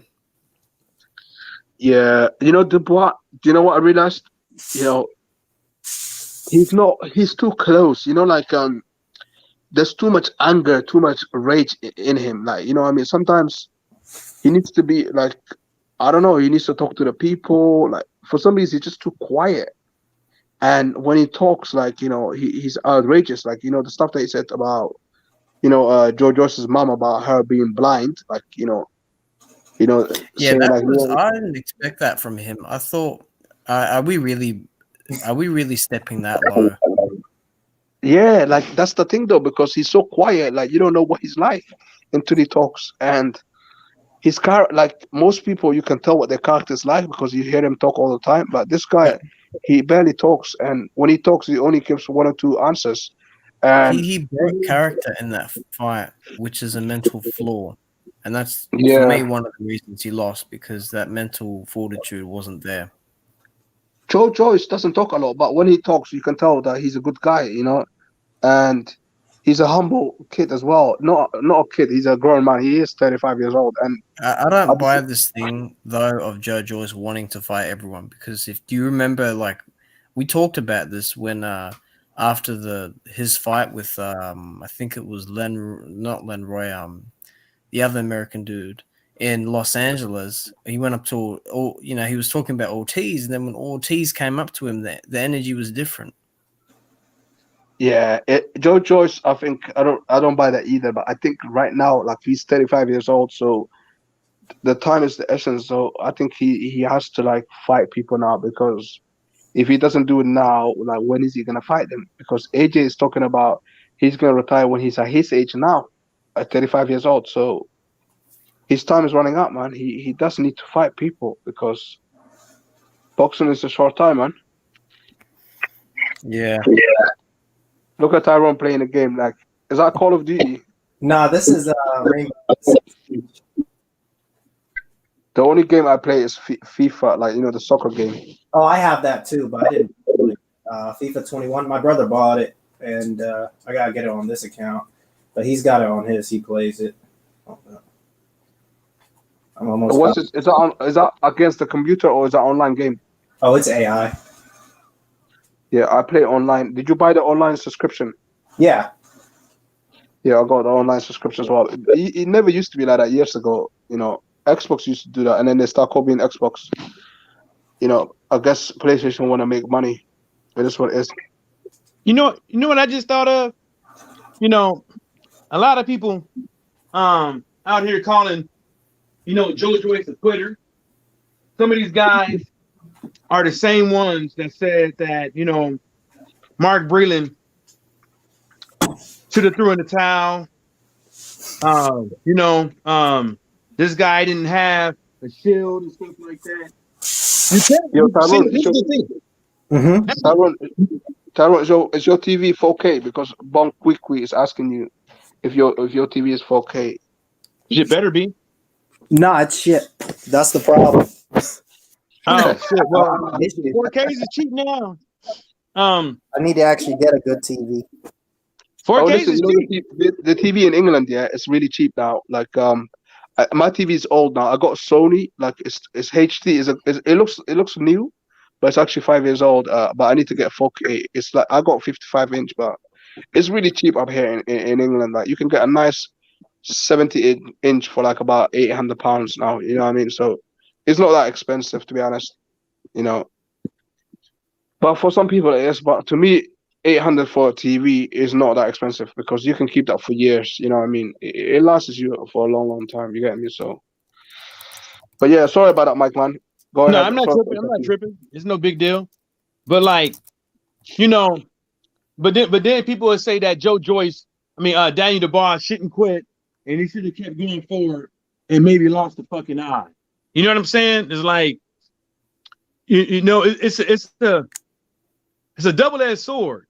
Wow, people saying that, yeah, the towel should have been thrown in. Mark Breland was right. What do you expect from what do you expect the trainer to do? His job in there is to do this, and blah, blah, blah, whoop, whoop, whoop. Okay, but when a fighter get his eye socket broke and he keeps fighting, or a fighter is risking losing a good chunk of his fucking face because his eye is all wide open, his face is all wide open. There's all types of things. I don't care if even the torn bicep. You keep fucking with that, you keep ripping it. And that's the reason why I don't really. Yeah, he quit, but I wouldn't say that he's a life quitter, because he's not a quitter, man. I think a lot of people would have quit that night. I think a lot of people would have quit if their eye socket was broke to that point, and their eye was closed. And it was, and they damn near to the point where you about to lose your eye. Yeah. This is not like he just hit him and it broke.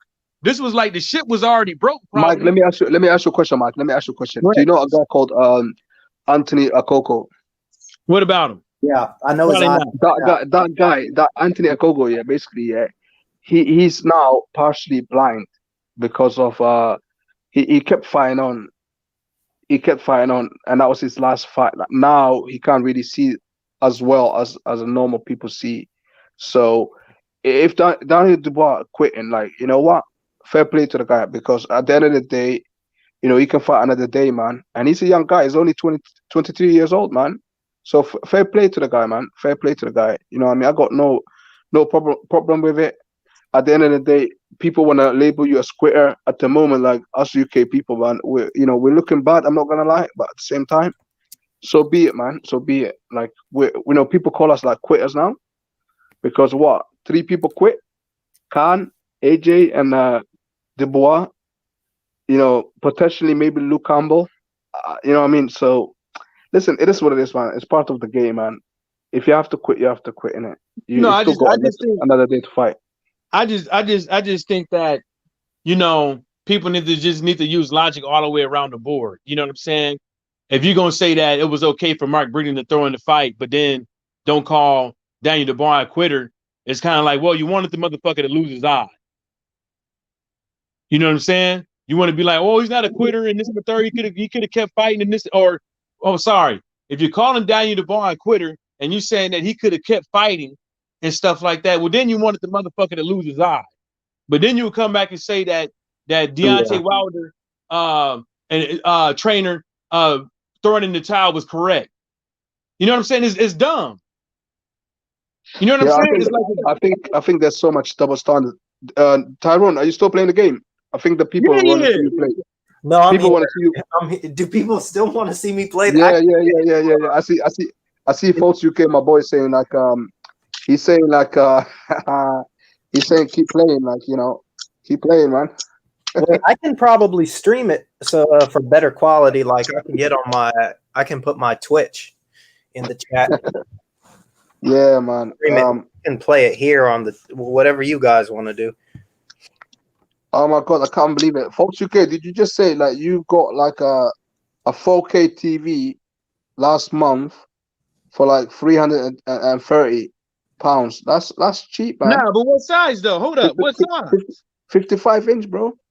Yeah, they go for that. The 55s. But then when you run your ass up to the 65 and the 75, you're gonna get the LED. You're gonna get the LED 4K, but not the OLED. Yeah, but he's 4K though, man. 4K is better than LED. But you still need that. You still need that OLED, baby. Oh yeah, OLED. Yeah. I thought you said LED. Oh, you're talking about the OLED. Oh no. OLED. Yeah. Yeah. So they had a 75-inch for sale out here, right? One of them knockoff brands, right?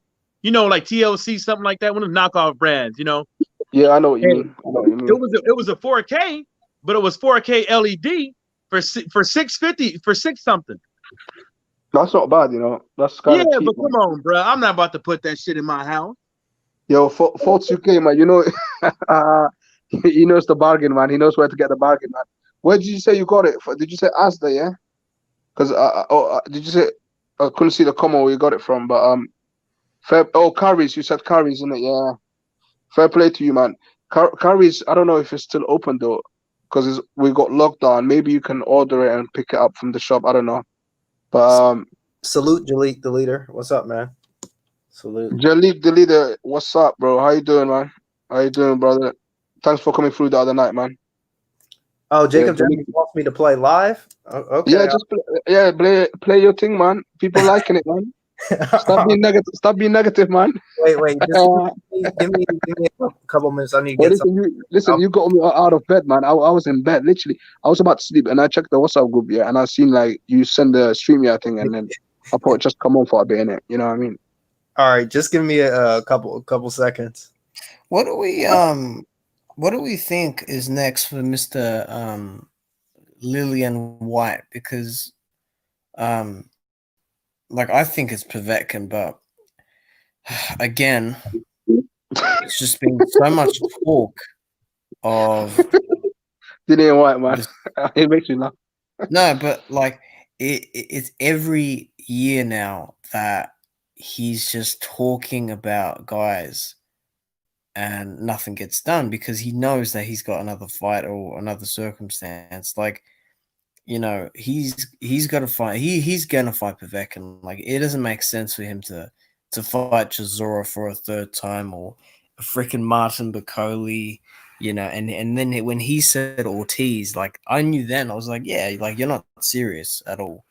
You know, and it's funny. Like, don't you remember when, like, he's like, oh, you know, Ortiz can come to London. You know, and then the next minute he's got Chisora, and then we have it again where he's like, where that's when Ortiz accepted, you know, that at least verbally, and then boom, you know, we got Chisora. Now it's like Ortiz accepts again, and there should be some other fight there, you know. So what do we think? Yeah. What do we think is next? I'll tell you what. I'll tell you what about Lillian White. You know, since you call him Lillian White, I might as well call him Lillian White as well. Basically, I think the only person he would fight other than Povetkin would be Tyson Fury, only because Fury got the title, and that fight ain't gonna happen, obviously. But I actually believe that Povetkin, you know, he knocked the sense in him, because Dillian White, before he fought Povetkin, he didn't have no sense whatsoever, man. You know what I mean? But since he got knocked out so silly that he's been humbled. He's been humbled, and he knows what's good for him. That's why he ain't gonna fight Ortiz. He ain't gonna fight anyone else, because he wants to wait for Povetkin until Povetkin recovers from the illness, because he doesn't want to take the risk. He knows he's at the backstage now. He ain't, you know what I mean? It's gonna be a long road ahead of him if he loses against Povetkin. I actually got Dillian White beating Povetkin actually in the second fight, and because I think Dillian White, I don't think he's gonna knock him out. I think he's gonna, you know, try to outbox him, because he tried to knock him down a couple of times, and Povetkin got up and he knocked the shit out of Dillian White's head. So I think Dillian White, he knows what's good for him. That's why I think he's gonna wait for Povetkin, unless Povetkin retires or something major happens to him. I can't see him find anyone tough at all. Watcher. What do you think, Mike or Tyrone? I think, yeah, I do agree with you. I think White will probably beat, or I think I would make White the favorite into that fight. Well, I don't know what the bookies will have it, but I think I would pick White to beat Povetkin in the rematch. Oh, you know, got Povetkin beating him. I reckon White will do it, but, you know, don't be surprised if Povetkin does that again, because if you can't fix that defensive flaw after 5 years, there's something wrong, you know. So I'm not really, like, I don't think Dillian's going to be able to do a Joshua Ruiz, because he can't box like that. My thing with Dillian is this, all right? They're going about how he's the most improved heavyweight, but people can't point out to me where he's improved, because, like, if I'm being honest, I liked Dillian years ago, back in 2016, because I think he actually fought without thinking about things too much. Because these days, I can see in his eyes and just in his movement, and even the way he talks about it, he tries to box, like, to just box, like, to try to be a bit more slick, use the jab, move around, this and that, but he can't do it very well. When he fought Chisora that first time, okay, yeah, there were flaws, but, you know, he just did things like off instinct, you know. He'd throw like freaking 6 jabs, you know, a right hand to the body and then a left hook. We don't see that anymore from him, because he thinks about shit too much. You know, he you know, he's trying to make, like, I can't point out an improvement. I literally cannot point out an improvement from Dillian. Like, I thought his actual, like, I see the same thing, but I actually liked him better because he was a bit lighter back those years ago, and he just didn't think about things too much. You know, he didn't try box a certain way, try emulate a style that, you know, like, force something upon himself. You know, I don't see any All I see really of improvement is power. He feints a bit better. I don't think his jab is much better. I actually think he's slower. He's actually slower these days, and I don't think he's as tough anymore either. And I don't think he's smart either. I don't think he's much smarter either. I think he's regressed mentally and physically. He has, man. Jalik, like, do you want to send him a link, Tyron? Oh yeah, I said years ago. Jalik in here. If he's still there, I'll Jalik. let you speak in a sec, but I said years ago. Yeah, I can put Dillian White has.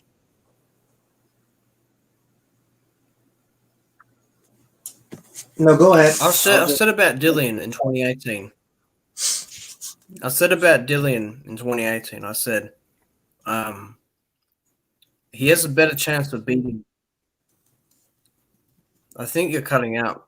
Can you hear me? I said Dillian has a better chance of beating Wilder in 2018 because back then, early 2018, bear in mind, not late 2018. That's a whole nother story. Because he didn't care as much, he didn't think about that as much, and he wasn't talking as much crap. So mentally, there wasn't that space for him to regress.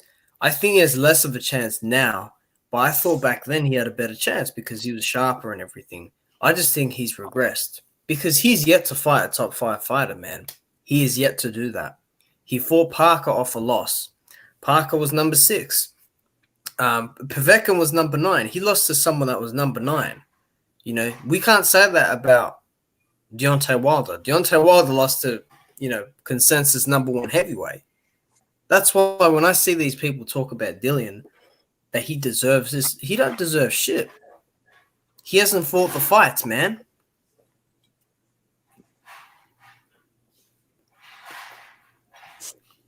Are you breaking up, Tyron? I mean, Watcher, or? Huh? Yeah, Watcher. No, I thought you were still talking because it kept going quiet and all. But yeah, Dillian White, I don't know, man. I think Mike can probably talk about Dillian White more than me. I think Dillian White, in my opinion, his best days are over. And he's only got himself to blame because he became cocky. He got rid of his trainer for no reason. He got some new group, some new team. Like, it's just, I just think he's got himself to blame. He got too cocky. He started talking about AJ and Deontay Wilder and Fury. Call him Fury, Luke Fury. You know what I mean? So the guy talks too much, man. And I think God works in a mysterious way, man. I mean, you know what I mean? So I just think his best days are over, man.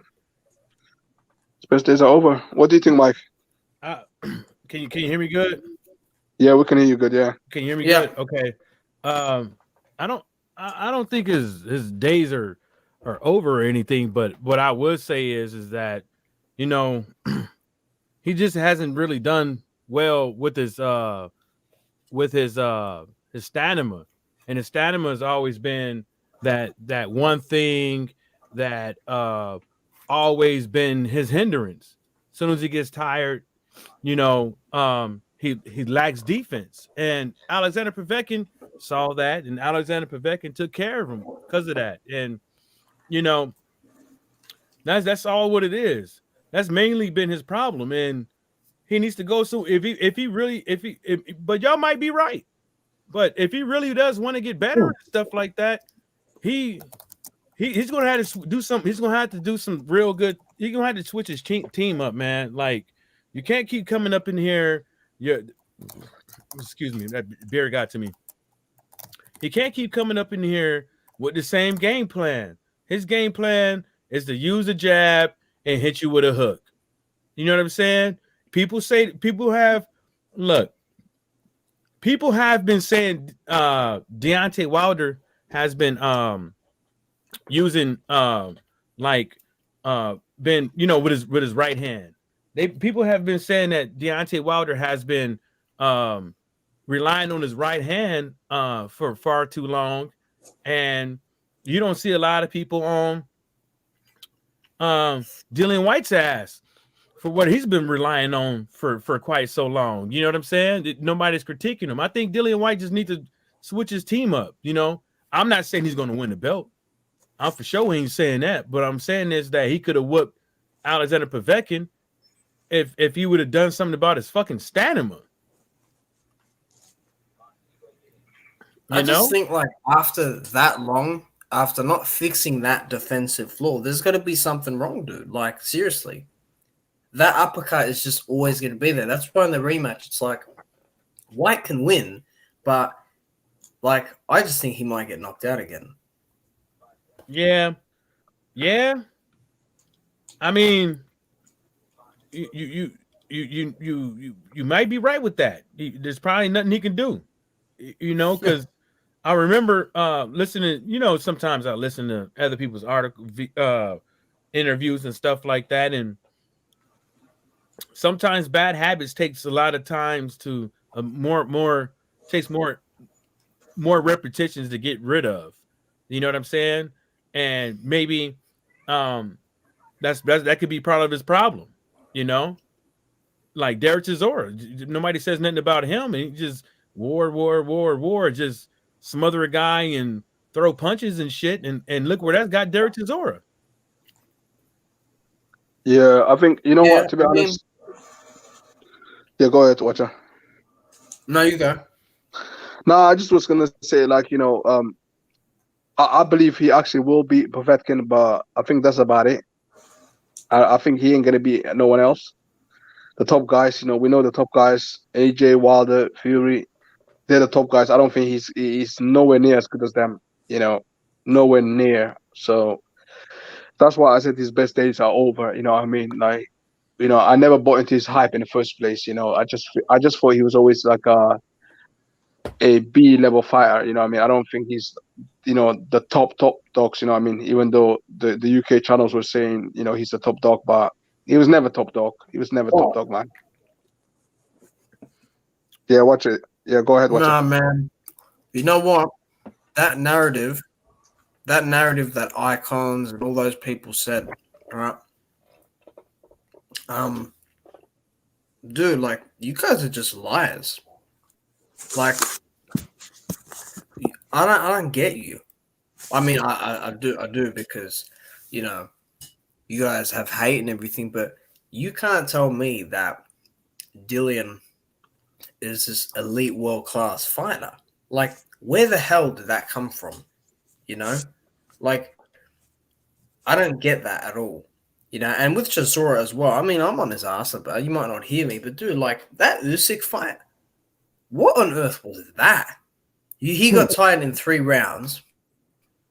All he did was throw overhands. The footwork was absolutely terrible. Like, he was over his front foot all the time, just about. And, like, Usyk didn't look great either. Because Chisora wasn't even fighting well, and Usyk still didn't look that good. I mean, he was getting out jabbed from a southpaw position. I mean, when do you see Chisora do that? You know. Yeah, I think Watcher, you went out, Watcher. Like, the guy's tied in 3 rounds, and he wants to fight like 4 times this year.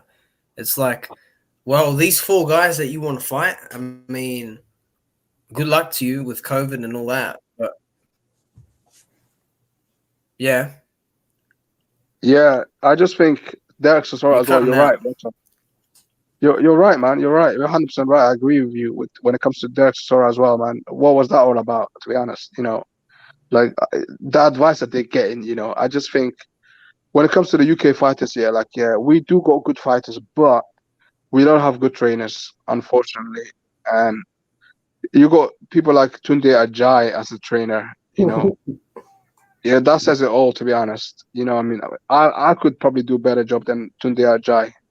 The guy just says, "Oh, you got this, you got this, you got this, you got this." That's all he ever says. Go at it, go at it, go at it. That's all he says. Nothing else. Nothing else, man. How can you not tell that guy, Arthur Linden, that Anthony Yard was facing, his right hand was completely gone. You know, something was wrong with his right hand.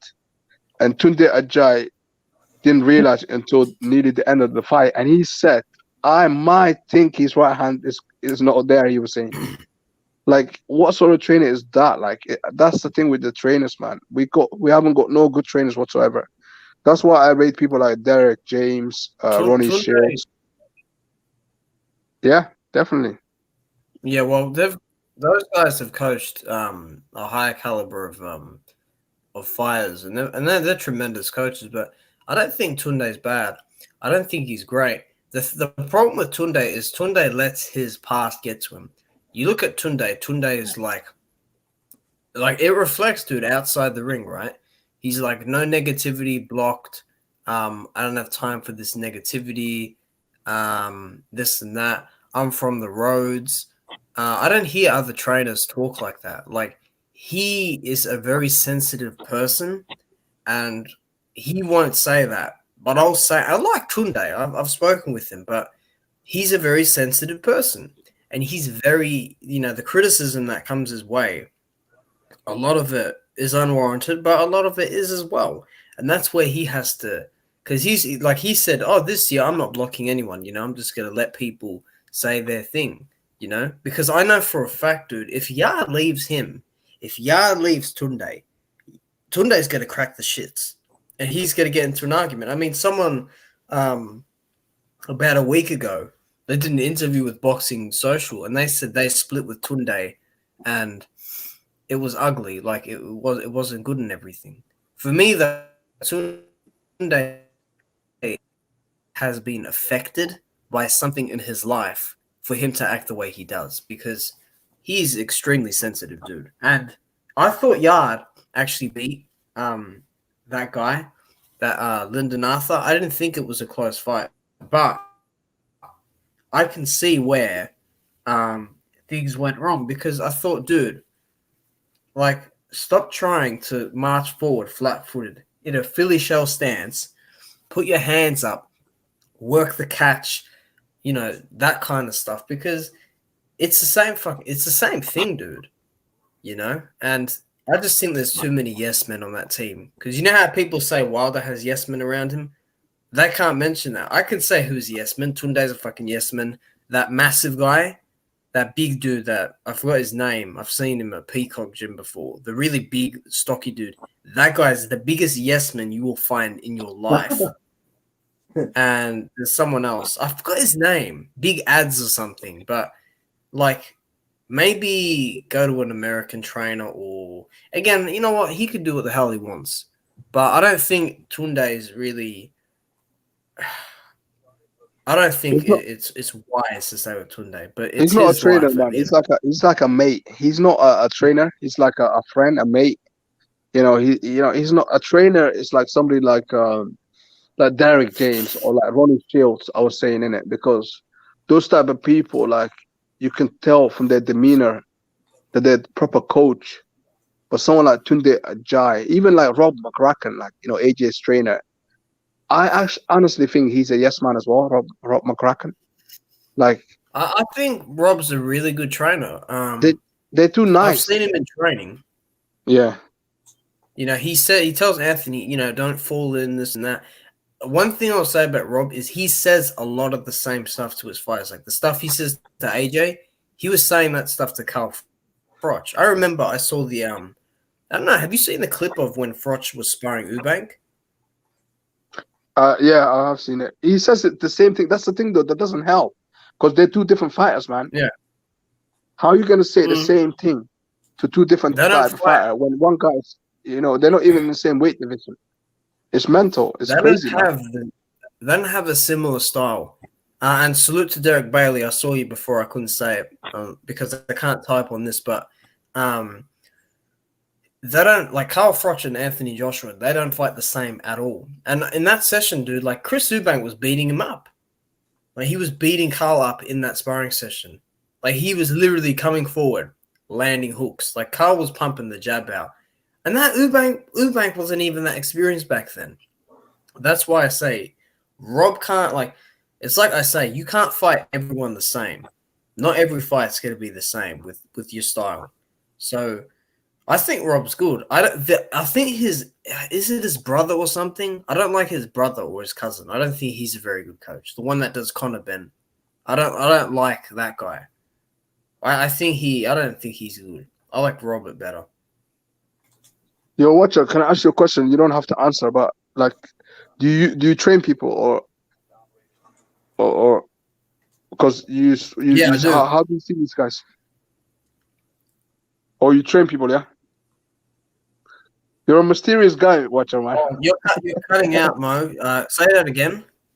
No, I said you're a very mysterious guy, like, 'cause you know all this stuff about the trainers, man. Like, you must be one of the trainers that we see on TV, but in disguise.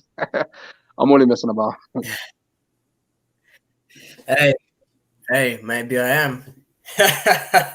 You No, never yeah, know, I'm a you never trainer, know. but what I'm saying is not very it's not scientific. I mean, maybe it's the way I'm saying it, whatever. But like stuff that I teach in the gym and that I've picked up throughout the years, right? I see a lot of the stuff with stuff in the gym like that. Like who's an example? I'd say Yard, right? Yard does these pad drills, right? But those pad drills don't mean shit. Like, you want to throw 50 punch combinations on the pads. When you're in a fight, you're not going to do that, obviously. But like, where is the jab? Where is the body jab? And then like I don't know, man. I don't know all the behind the scenes of how Yard trains, Anthony Yard, but I don't know, man. You see shit in the fight, and you notice things. It's the lack of, like, I think the trainers, like, okay, I get it, like, Tunde is there, like, I mean, sometimes when we're watching on the TV and when you're there, like, watching live, it's two different things. So he's in that moment, but I think Tunde, I don't think he watched the replays, because you could easily go back in training and just work on the jobs. That's all you need to do. That's just the basic fundamentals, like, just work on the job. That's all you have to do. Even Dubois, like, the people that train him, like, what on earth are they training him? They just see this guy as just an animal, a beast, but they're not teaching him the basic stuff. Training him to get his ass. That's what they doing. Yeah, for sure. What I would do with Dubois in the lead up to Joe Joyce, right? I would look at Joe and say, right, this fight will get the best version probably. We'll get a guy that will do a lot of jabbing because they're around the same height, right? It's not like 6'2" or 6 foot guy that Joe's fought in the past or a cruiserweight. It's two very big men, right? I see Daniel in training and he's not moving his head. His coach, wasn't that Martin or something? He was saying that's good movement, this and that. No, dude, like, you're barely moving your head off the ropes. Like, when you're doing, that drill you do where you go under and over the ropes and in the ring, that drill, the guy needs to move his head. But it's not just the head movement. If you're not going to move your head, fine. Catch the jab, parry it, catch and counter, block it, do something like basic. Some fighters don't even know how to block a punch properly with their arms and their gloves and their hands. They just eat that shit. The way Daniel was taking those jabs, you could hear Daniel like stepping back as he was getting hit with jabs. Like, that shit, like, was from round one. I couldn't believe what I was seeing. Like, I'm like, you're really letting this happen. You're getting his ass. Yeah, that's the thing, man. It's poor, man. Like, and those people are getting paid a lot of money as well. And I wouldn't pay them nothing, man. Nothing at all. If they ain't teaching me nothing, I'm gonna just, essentially, like, Daniel Dubois and Anthony Yard, two perfect examples. They don't need no trainers, man. They're doing it all by themselves. You know what I mean? They're not learning nothing from their people, man. So they're giving money away for the sake of it. You know what I mean? Yeah, dude. Absolute. You know where Dubois should go? Yeah. You know where Dubois and Anthony Yard should go, okay? Some people might disagree on this, okay? They can go to an American trainer all they want, right? But I think they should go to the Ingle Gym in Sheffield, because over there you will learn to move your feet properly. Yard's footwork is pretty bad. He's flat-footed. He's walking on his heels when he's marching forward in fights. And it's also how, apart from the stamina, he had no stance when he got knocked out by Kovalev. Like, he had terrible position, right? They'll work head movement there. They'll get, good work in the Ingle Gym. I think that, in terms of a UK standpoint, they should go to the Ingle Gym, because they'll learn to actually defend. They'll learn defense, not just marching forward like a juggernaut, because not everyone's going to be like a freaking bowling pin. Not everyone's going to go down. You need defense. Yeah, Well- for sure, man. Listen, guys, I'm gonna go off, man. I can't believe I stayed with you lot for like an hour. I didn't realize problem. it was an hour. No problem. I ain't gonna Tyrone, do you like laws. Yeah. No. Yeah, man, because I got work in 5 hours, so I'm gonna quickly sleep. Salute to Tyrone, salute to Watcher, salute to Mike. You know what I mean? Salute to myself, salute to salute to Bunk Kwikwi, and you know what I mean, who else? That Jacob Jennings. There was some other guy there earlier, Derek Bailey. You know what I mean? Jalik the leader, Volts UK. You know, I mean, everyone, man. I love you guys. Enjoy your night, man. I'm gonna go off to bed, man. My missus is wondering where I am, so see you guys later. Yeah, better go cuddle, motherfucker. Peace. Yeah, y'all was talking about them jabs and shit. I heard y'all. That's one of the things I see, man. Is a lot of these fights, man. Y'all said exactly the same thing I said leading up to it. I hope that these fighters get better. I hope they use their jab more. I hope they learn some defense, because that's predominantly the main thing with heavyweight boxing is fucking head movement. It's head movement and stamina. That's the two number one things that like nobody has. Yeah, if you don't have a pretty good jab and shit like that, at least make the motherfucker miss. And Daniel Dubois, I said it before the fight, the motherfucker need to learn some head movement, but Joe Joyce ain't got none. If I was Joe Joyce trainer, that's what I would have been working on. I would have been working on, at least move your head from a fucking slow ass jab and not fucking jab. It was like every time he tried to throw a jab with Joe Joyce, he leaned forward. You know what I'm saying? He leaned forward, but Joe Joyce swung before him, and he just met the jab. And they didn't have to be fast. They were just fucking stiff. They were stiffies. It was like Joe Joyce didn't move, but Daniel moved with that slow ass jab. Y'all saw that shit. Joyce didn't move with that slow ass jab, but he moved. And he moved because that jab was fucking his ass up. And this is like even Lucas Brown. Let's go to Lucas Brown. Lucas Brown, look, no head movement, no stamina. Yeah, I'm still on. Look at Pulev. He got lucky because he for sure ain't got no stamina. Look at Povetkin. He for sure, because Pulev should have been killed. Povetkin, he sure ain't got no stamina either. He just got lucky that he fought somebody that didn't know no better.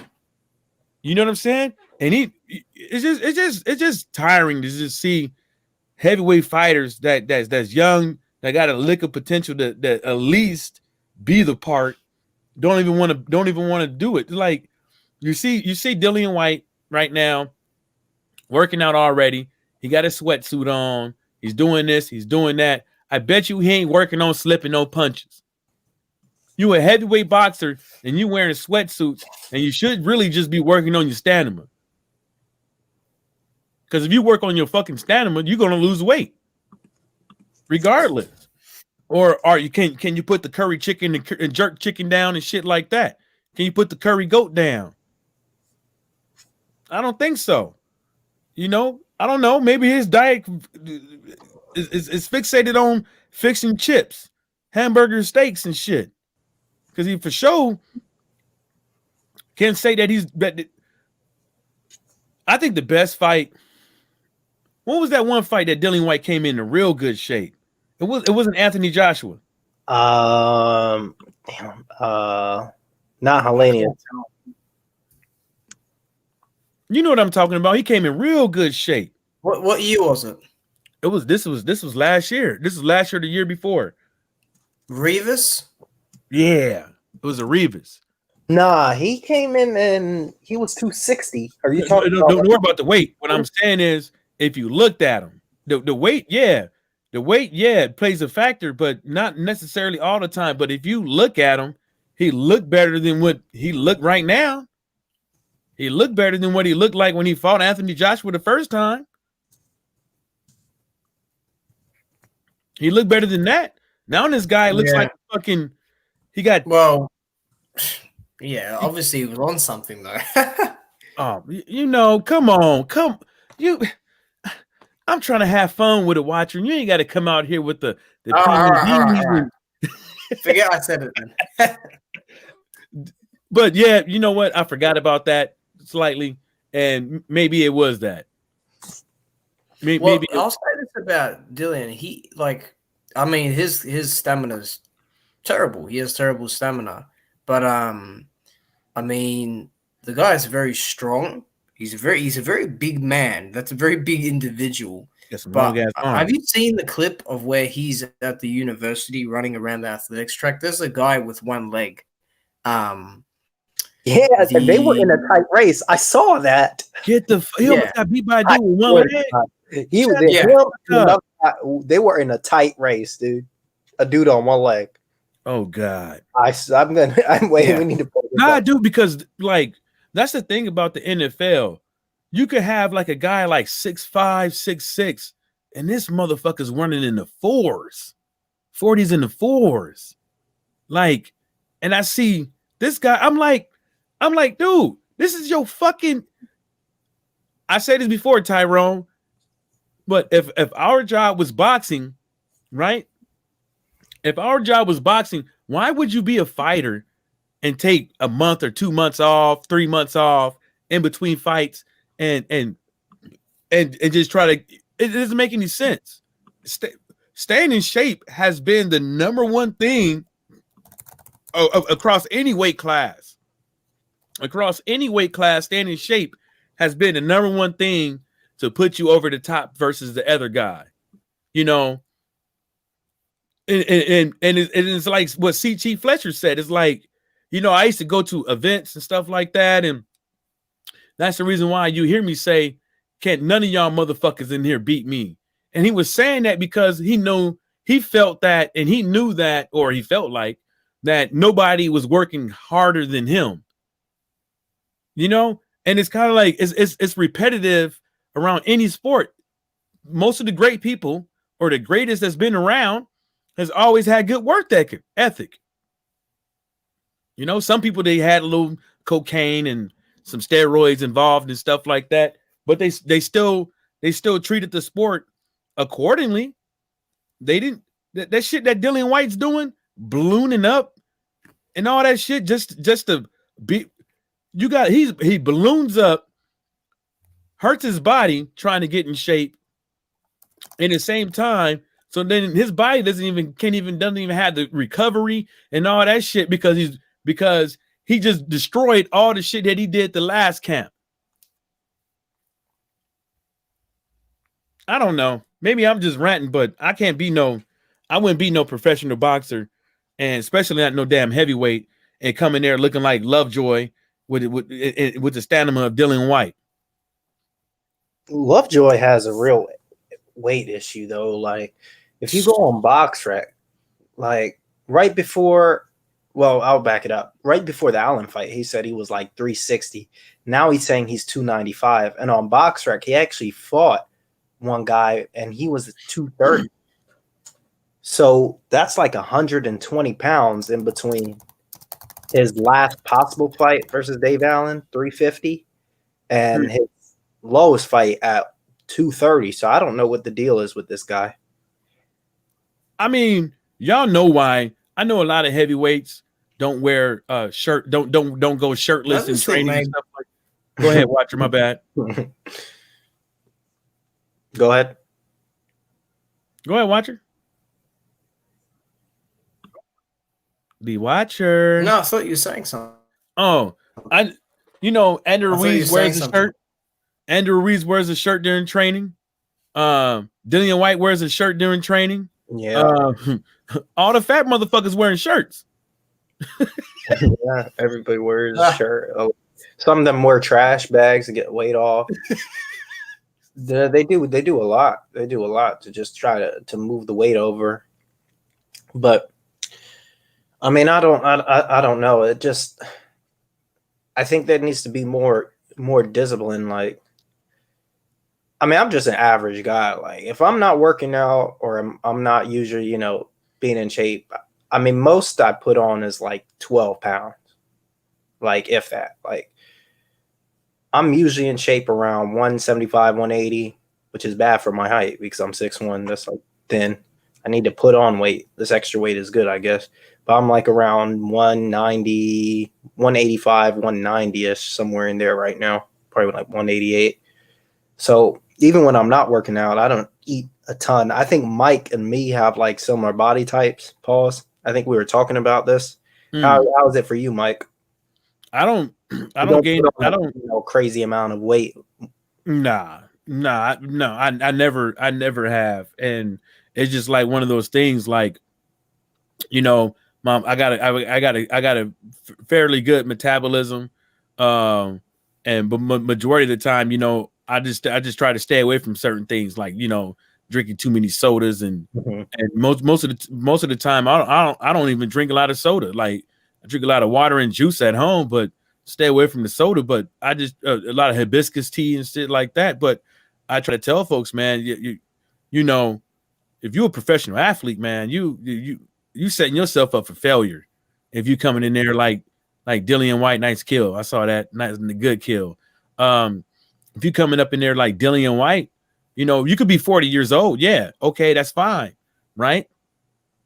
But how you 40 years old with no stamina? You know what I'm saying? Right. And we're not calling 50-year-old. Y'all don't even look like y'all could put in the work that Mike Tyson did at 2-minute rounds. You know what I'm saying? Mike Tyson exhibited more head movement than maybe 95% of heavyweight boxers today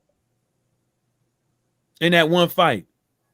I mean, people want to complain about it was 2-minute rounds, but Roy Jones couldn't be moving around the ring with them badass knees for 3-minute rounds like that.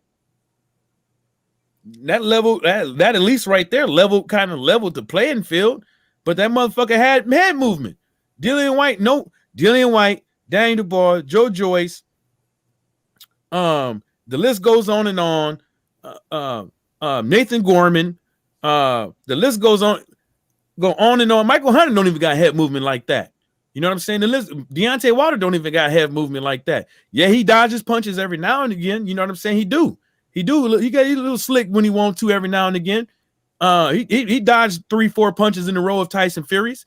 But what I'm saying is that, where's the consistent head movement? You know what I'm saying? To make these motherfuckers miss. Yeah, it's like they get their body out of their. It could be. I mean, it could be somebody trying to land hits to the head, and they'll try to get their body out of the way first before they get their head out of the way. It looks weird sometimes. Yeah, but then like just think about it. It's like most heavyweights, they'd rather just put their hands up in the high guard as a form of defense and get put on the ropes just to get laid out like Gerald Washington. Oops.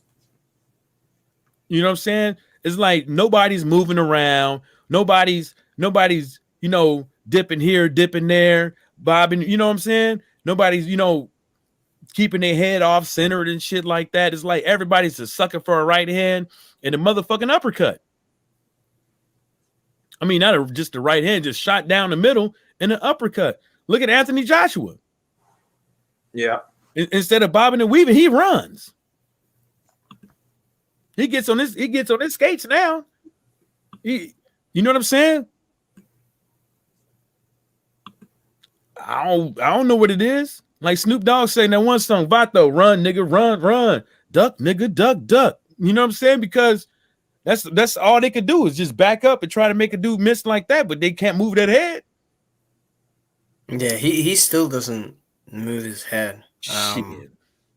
And sometimes when he backs up, and it's not all the time, but sometimes he's got his chin up. This is not good technique. You know, this is, you know, and he still gets it with that right hand, even from that distance. That's crazy. And I think, you know, he's lucky. A lot of, you know, even Deontay Wilder could be too. You know, even Tyson Fury, they lucky that they damn tall. They lucky that they that goddamn tall, because they were shorter. They would have to, you know, that reach advantage would be gone. That reach advantage would be gone, offensively and defensively.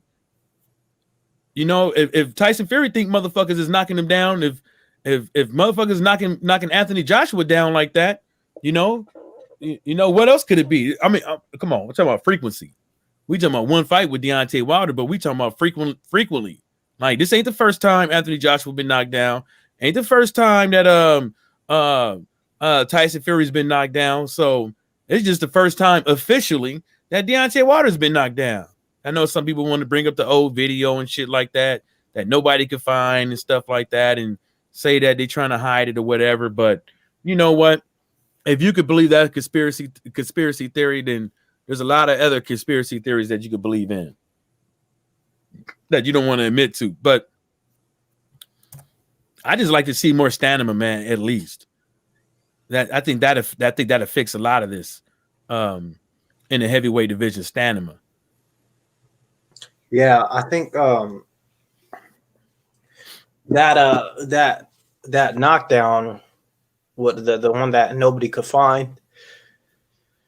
I mean, I heard I was talking to Watcher about this. This what I heard from Dougie Fisher from that many years ago. They said, well, before that, what's his name? JD said it was a hit behind the head, and Dougie Fisher said it really bothered him. He got up on really shaky legs before he got up to knock him out. So I want to see it. I want to see where the knockdown was. I wouldn't really care, because the motherfucker got knocked out, so it don't matter to me. You know, it just matters to other people because they twisted it and say that, oh, he was knocked out and the ref gave him too much time to get up. You know what I'm saying? And we could go down a list of fighters that said that. Archie Moore said that about the Rocky Marciano fight that he lost. He said that. He said, "Oh man, they gave that man too much time to get up." So it's not the first time somebody has ever said this and stuff like that. But you know, at the end of the day, you know, where are you at? Where is he at now? If he was supposed to be that good for knocking out Deontay Wilder, where is he at now? Oh, in the trash, where he belongs, in the sunken place. You know what I'm saying? So I'm not. Who just left? Who are you talking about? Oh, I thought somebody left. Oh no, that was your video game. Yeah. Oh yeah. I was playing. Yeah, you got tired of getting your ass whooped. That's what it was. Yeah, I lost the last round. I choked because it was I got it. It was a 2v4, and I got it down to a 2v1, and then he killed the other guy. I was at 1v1, and then I missed the headshot, and he blew my back. Oh damn, he blew your back, huh? I mean, I think about it like this. I mean, all these girls get on IG and they think they're models. Well, I play this and I think I'm a soldier. Well, I'm gonna tell you why they do is because they begging for money. You know what I'm saying? Like a lot of them girls that's on there, they literally begging for money. You know what I'm saying? And you know, I got homegirls that be doing that shit, and I be looking at them like, yeah, that's fine and dandy and all, but really, to tell you the truth, you a beggar. You know what I'm saying? Like you right. You either that or you sending niggas pussy pics and shit like that. You know what I'm saying? And some people just be giving money when they go live just because they, you know, they fall into their social media personality. You know what I'm saying? And you know, I wouldn't want to be with nobody like that. That'd stoop that damn low to, you know, do things like that. And I tell them, it's like, you know, get a motherfucking job, put all that energy into doing something positive and shit like that. But they don't want to do that. They want to get online, shake their ass, and get some shit the easy way. Because guess what? It's easy to them because they do it all. They do it anyways. You know what I'm saying? And you know, I'm not dating a bitch like that, and nor do I want to be kissing a bitch like that on the mouth. Because what else she been doing? You know, I got homegirls. She'd be like, oh, I'm going to Vegas for vacation, or I'm going to Florida for vacation, and I'd be thinking to myself, like, bitch, you ain't got no job. Yeah. How you? Somebody got you a flight so you can go down there and get ran through. That's what it is. And they'd be like, man, if you don't shut the fuck up. I was like, man, you know, I know what you're doing, you know, but you know, at the end of the day, just like boxers, we see through a lot of these motherfuckers, man. You know, a lot of these motherfucking boxers out here. And, you know, I can see literally that at some point, these guys got to do something for boxing, man. At some point, you know, you got to say skip all the BS and do something for boxing, because at the end of the day, you know, we got this mediation, you got this tentative, supposedly Anthony Joshua and Tyson Fury. We got this Don King shit going on. We got this Teofimo Lopez shit going on. We got this Ryan Garcia shit going on. We got this Devin Haney shit going on. We got this Earl Spence shit going on. We got this Charlo shit going on. We got this Canelo shit going on, and much more. And we've been talking about this shit for years, and years later, fast forward to 2021, and it's still a lot of talking, you know. And I'm done with this whole discussion of these fighters ducking these fighters. At the end of the day, nobody out of a whole fucking 10-hour live stream on Blood Boxing, 10-hour live stream, the shit was still going. But Blood fell asleep, the shit was still going on his channel with nothing, with no audio for about like a couple hours. But it was a 10-hour live stream of talking about Earl and Crawford. And then nobody say this. Did anybody really try to send both teams a contract? Where's it? Did Earl send the contract? Did Crawford send the contract? Or is everybody just talking? Bon QQ, I see you. Is everybody just talking on social media, running their fucking mouths? Ain't nobody trying to hear that shit. I want to see the fight. Everybody want to see the fight. I don't give a fuck what they make it. I don't give a fuck right at this moment. I don't give a fuck what anybody's saying. 60-40, this, that, and the third, blah, blah, blah, whoop, whoop. We ain't getting, after all them fighters I just said, what is we getting in 2021? Right now, nothing. I mean, what's like, I just look on BoxRec. I can go on BoxRec right now. You gonna look at the schedule? Let me go get a beer real quick. I'll be right back. I'm gonna show everybody the schedule. See, that hurt. There is not much of note right now. 1 second. I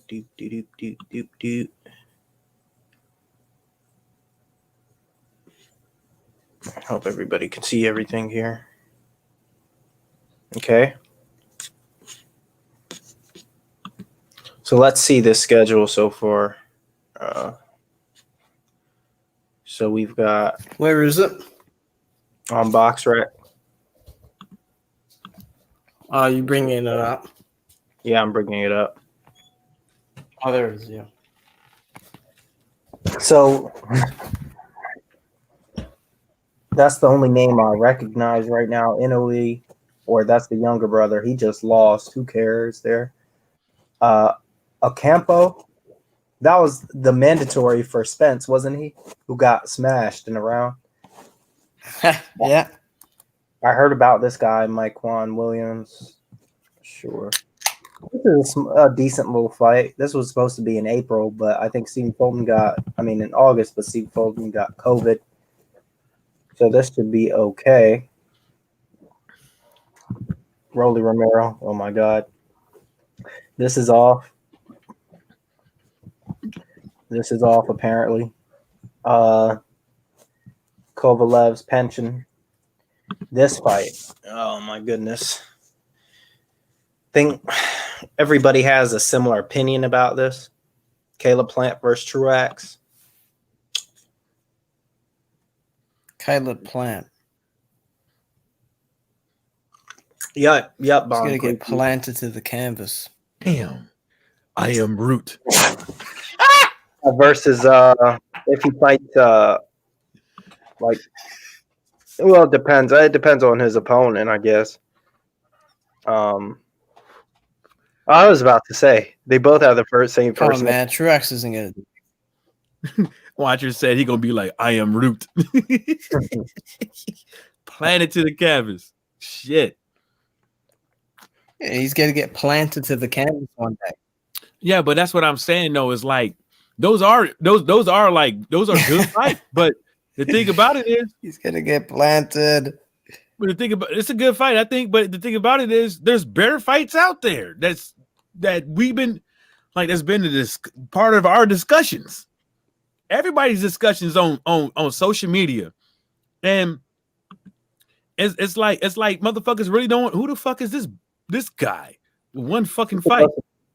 Wait, I'll change it back. He got one fight. Oh, he got 6 fights, 9 fights.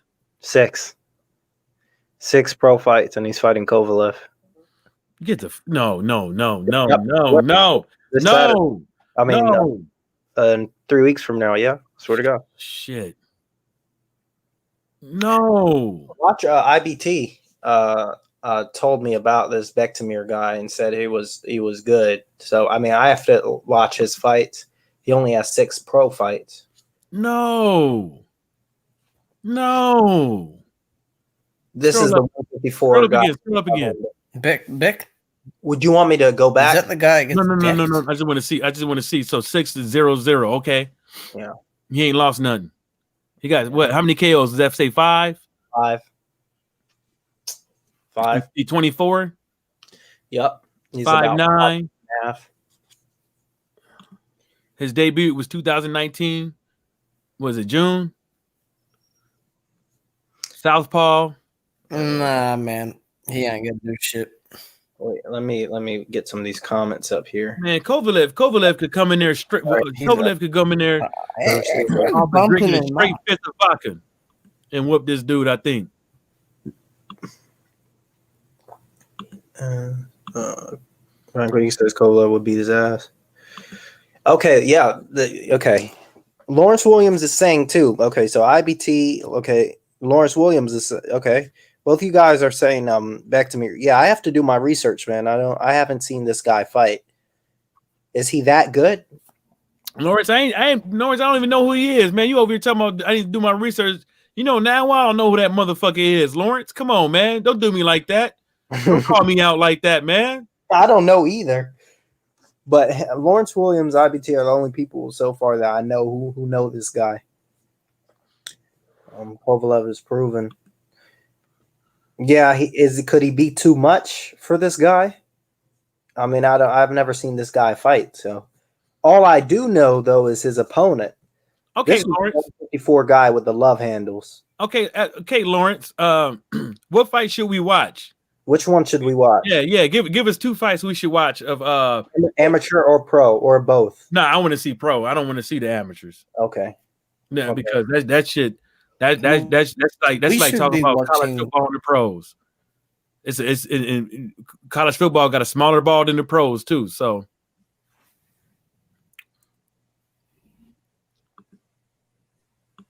he only has 6. Yeah. I don't know how good this guy is. I'd have to look and check. Where's he from? Uzbekistan. Oh, Lawrence said we should watch the Collard fight. The Collard fight. Okay. He fought Devin Alexander's brother. And Clay Collard. Okay. I'll go back and see those. Don't Devin Alexander, did he have surgery on his hand?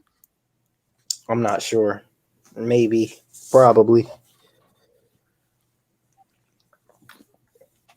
That shit sucks because I had surgery on my hand and that shit's a bitch. Did you have like a broken? What did you have? I broke like the third. What is it? Metatarsal or something? Third metatarsal. Broke Metacarpal. that. Yeah, and they had to put like a little plate in there. They tried to go through my knuckle with these pins, and when they tried to go through my knuckle 4 times with them pins, the pins didn't hold. That's what really fucked my hand up. Is when they tried to go to the knuckle with that, and they put a small plate in there that's supposed to be taken out, but now the plate is just floating. I think you told me this. The plate. Yeah, the plate. Yeah, I'm not getting that shit taken out. Fuck that. Yeah, those things are hard to, especially when the surgery doesn't go right. Mm-hmm. The recovery. It was supposed to fuse with the bone, but so basically what happened was I broke my fucking hand, right? And then 2 months later, I had to right when I got the cast off, right? I couldn't even close my hand. I went and they sent me to Iraq. I didn't even have like I want to say 3 months into deployment, and I was doing convoys, and I couldn't even use my whole hand to rack the 240. I had to use like my wrist to rack it. And they sent me out there, man, doing convoys with a fucked up hand, and my hand wasn't fully like functional until like 3 months into the 9-month deployment. Yeah, that must be tough. I know, man. I had to beat my meat like it owed me money with the other hand. Kind of odd. I'm joking. But I don't know who told me this. I think Watcher told me. Yeah, Watcher, I think, told me. Kovalev is getting paid $2.3 million for this fight. No, he's not. He is. No. Yeah. Oh, so he the main event. Right. So who else is on there? They didn't fill out the card yet. Let me check the event here. Yeah, when's that fight? Is this month? This month, 3 weeks. Oh my God. This is the only, name fighter, fighting recently. Lawrence said he's trained by Joe Diaz. Yeah, that's the guy with the lazy eye, right? Or the blind eye, whatever his issue is. The closed eye. He said Collard too. He said the man Bon Q said the man got long ass name as he must be good fight. Good, right? And then Lawrence Rim said Beck is trained by Joe Diaz. Bon Q said Joe Diaz trains this guy. Lawrence Rim says check out the Campa fight too. He said Bon Q said how they fit that long ass name in the contract. Damn. A long ass piece of paper. That's why they use that legal paper for this motherfucker. But I think I don't know what his deal. I know he signed some sort of deal with DAZN, but apparently he's getting paid 2.3 for this fight. Crazy. That's probably why, guess he doesn't mind the opponent.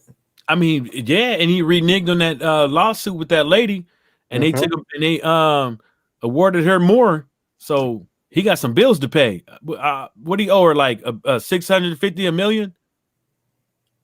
He owe a lot of money. So I guess they had to help him out with his you couldn't call them lower fees. You could call them what do you call them? Keep his ass out of jail fees. Yeah. And where's this fight? In Moscow. Okay, cool. I'm about to say, how the fuck does this dude even got a visa? Yeah. Oh, so they might have fans though there too. So that's another thing. Yep. Oh, yeah. Okay, now I can see 2 million now because he up over there with his peoples. So okay, and the other dude's from Uzbekistan. So okay, they could get on a transatlantic train. Yeah. And go and get on there and watch the fight. Yeah, okay, I can see it. Moscow. Let's see. Let's see how they doing with COVID.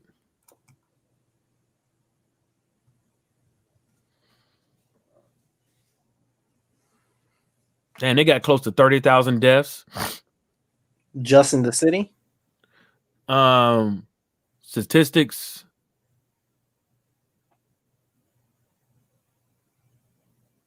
Russia. I think it's Russia as a whole. No, Russia as a whole is 3.34 million cases, 2.73 million recovered, 60,523 deaths.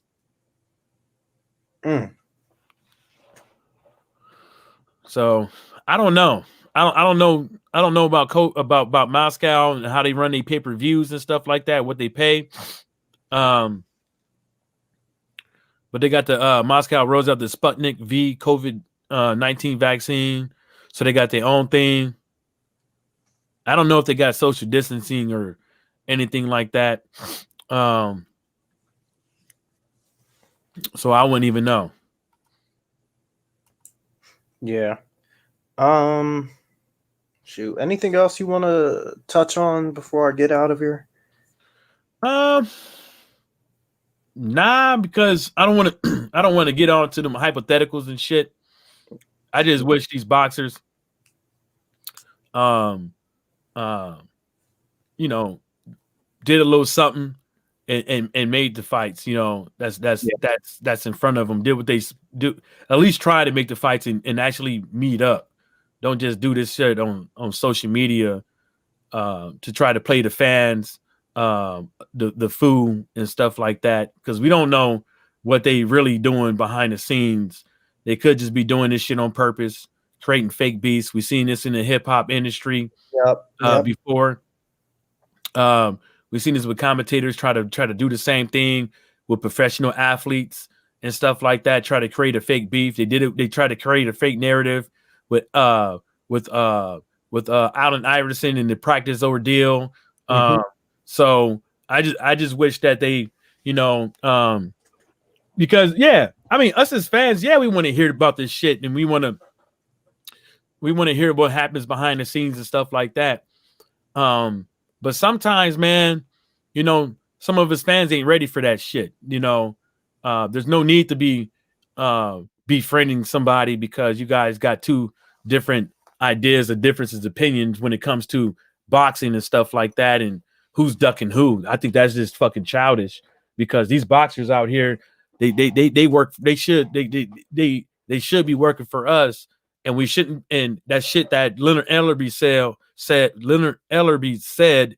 I think I slur because I've been hitting the head too many times. I think that's foul. I think it's dangerous, and I just think it's downright dirty that he's going to say that boxing is bigger than the fans and stuff like that, when we know now y'all wouldn't be where y'all boxing ain't even in the place near where it should be. But at the same time, as everybody has, a lot of boxers have made a career in the last fucking 5-10 years off of the fans, and we ain't been getting no good shows.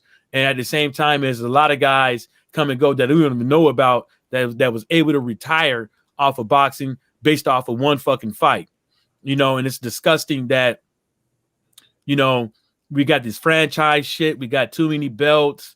I don't want to hear about no Don King. It's good for boxing this and the third because Don King is still around and he's fucking us. Look, we have Manuel Charr, Trevor Bryan, Bryan, and then we got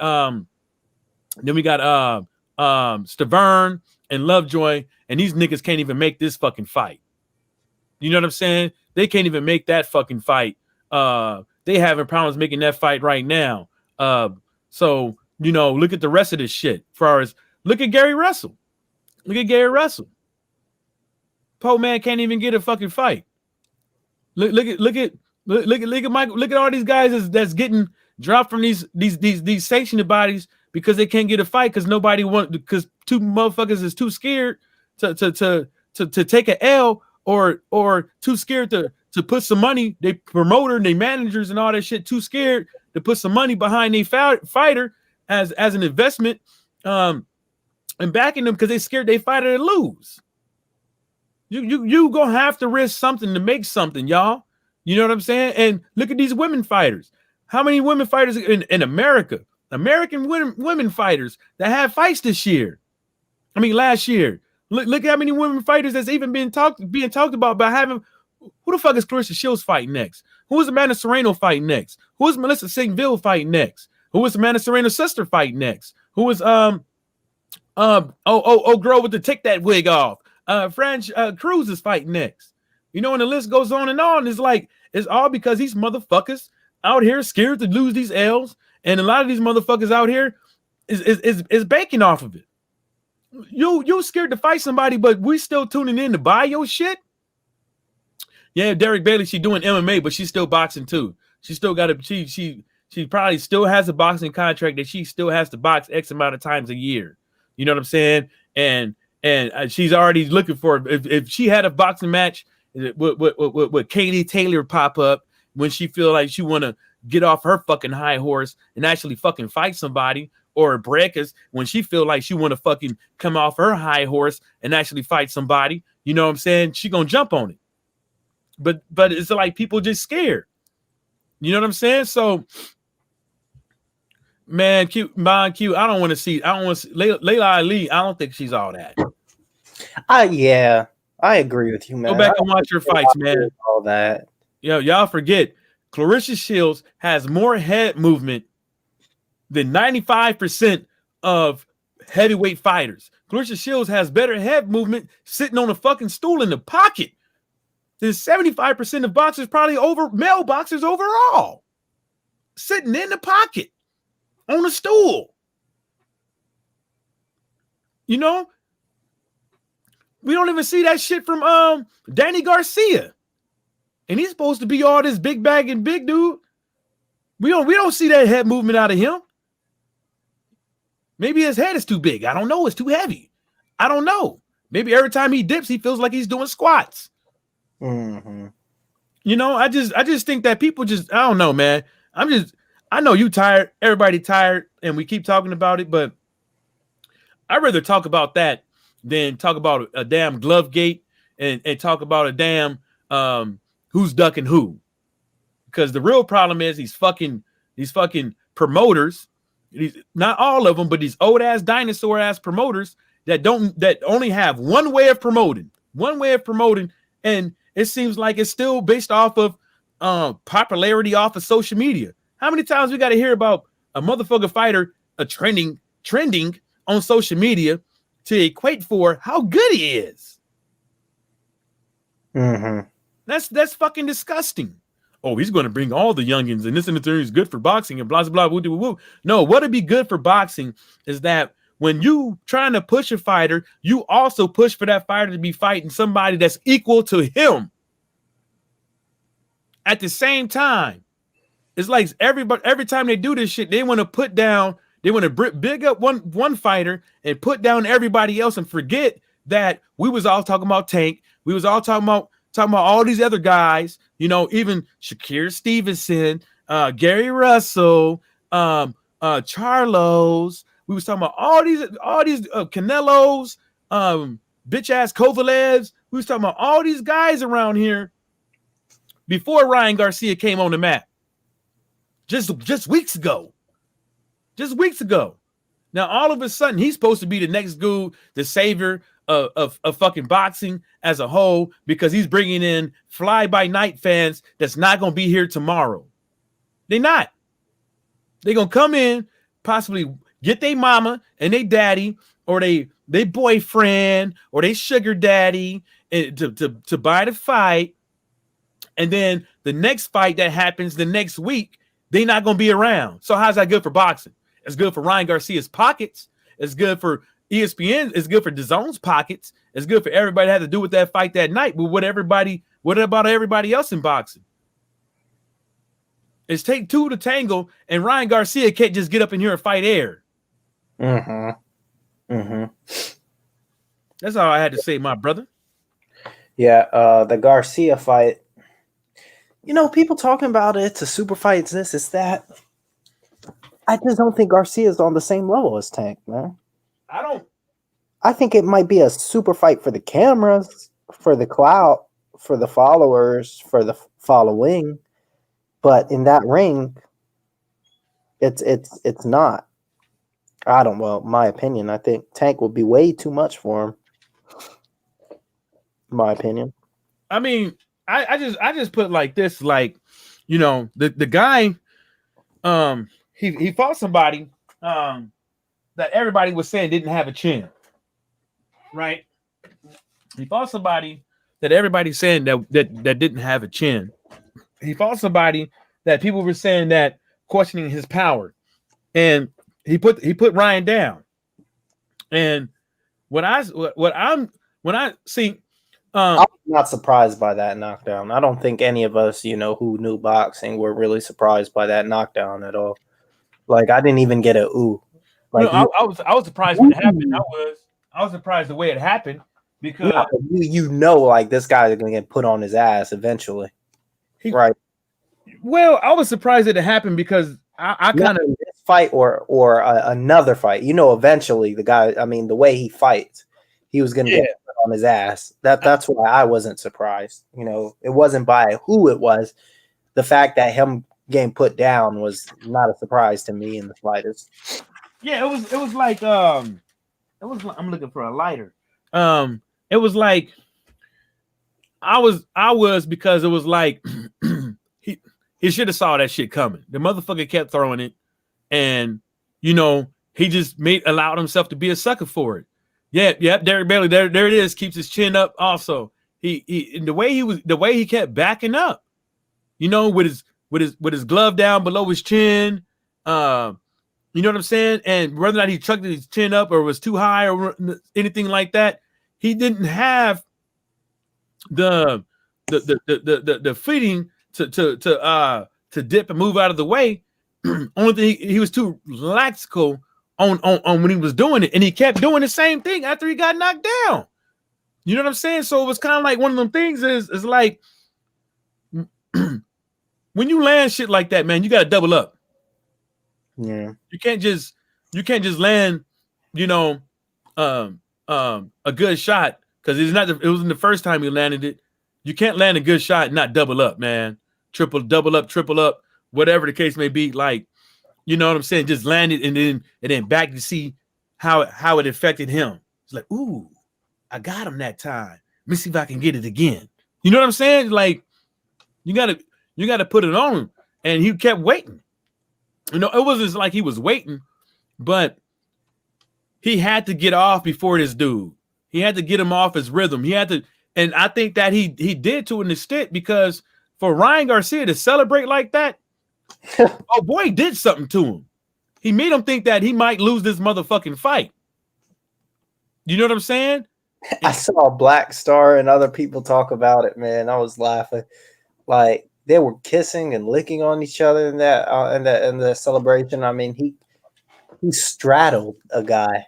No, he didn't. That motherfucker picked him up by the hips and commenced to dry humping. Oh my God. And he put his legs into it and he just locked him in. I don't know what to think about that. Yeah, you know what to think about it. He learned that shit from Oscar. That gaydar. What they saying? Garcia don't have. Bob Arum is a mythical creature. Yeah, that's what Bob Q said. Derek Bailey said Garcia is another one with no head movement. Oh, man. And he's not. See, look, man. I ain't saying the dude is a bad boxer. I think he's a great boxer, but he's a young guy, so we got time to fix that shit. But if he would have fought Tank that night, he wouldn't have been so lucky. I don't think it would have gone past 2 rounds. Because, that's why I like Tank, man. Tank is like, you got to bring ass to get ass. Like, Tank would take a punch to if it meant knocking you out. And Tank does a lot of stuff in the ring. He's just like he's kind of like, I'm not saying they have similar fighting styles, but he's just one of those guys where you can see the talent or the experience. They set these small traps. He does it. Luis Ortiz does the same thing. They set these traps in the ring with their movement and the way they cut the ring off. You know what I mean? Say it again. I said him and Ortiz, like King Kong. they're like one of those guys where you can just see either the talent or the experience. They set these traps with their movement. You know, they don't have to throw a punch. They just do these subtleties that it's hard to teach.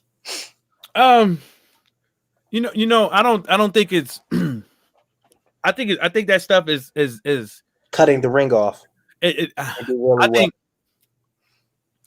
think at one point they just had a great trainer, man. I think at one point they learned the fundamentals and they learned how to see fighters and see certain things and work accordingly in the ring. And a lot of fighters don't do that. You know what I'm saying? A lot of fighters don't know they craft quite well. You know what I'm saying?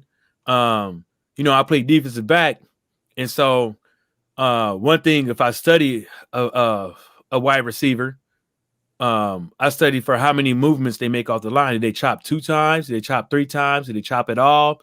How they line when they with the hash marks or with the numbers. That's what I try to figure out from a lot of guys.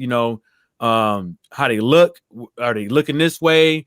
Is they feet pointed straight up? Is one of their feet like pointed this way, that way? They trying to create leverage for themselves on the inside route or anything like that. And that's what I try to do, because you make it 2 steps, you got to come back. And you got to come back one way or the other. So I just try to, disruption, is the main key to a great offense. When you're playing defense, of disruption, you disrupt the motherfuckers. Some people, they don't know what to do for a split second or a second or 2. They got to figure it out, because they got to think like, oh shit, bam, right here, motherfucker never done this before. What do I do? What's going on? What's going on? Next thing you know it, you're looking like Dillian White versus Alexander Pavek, and you on the flow.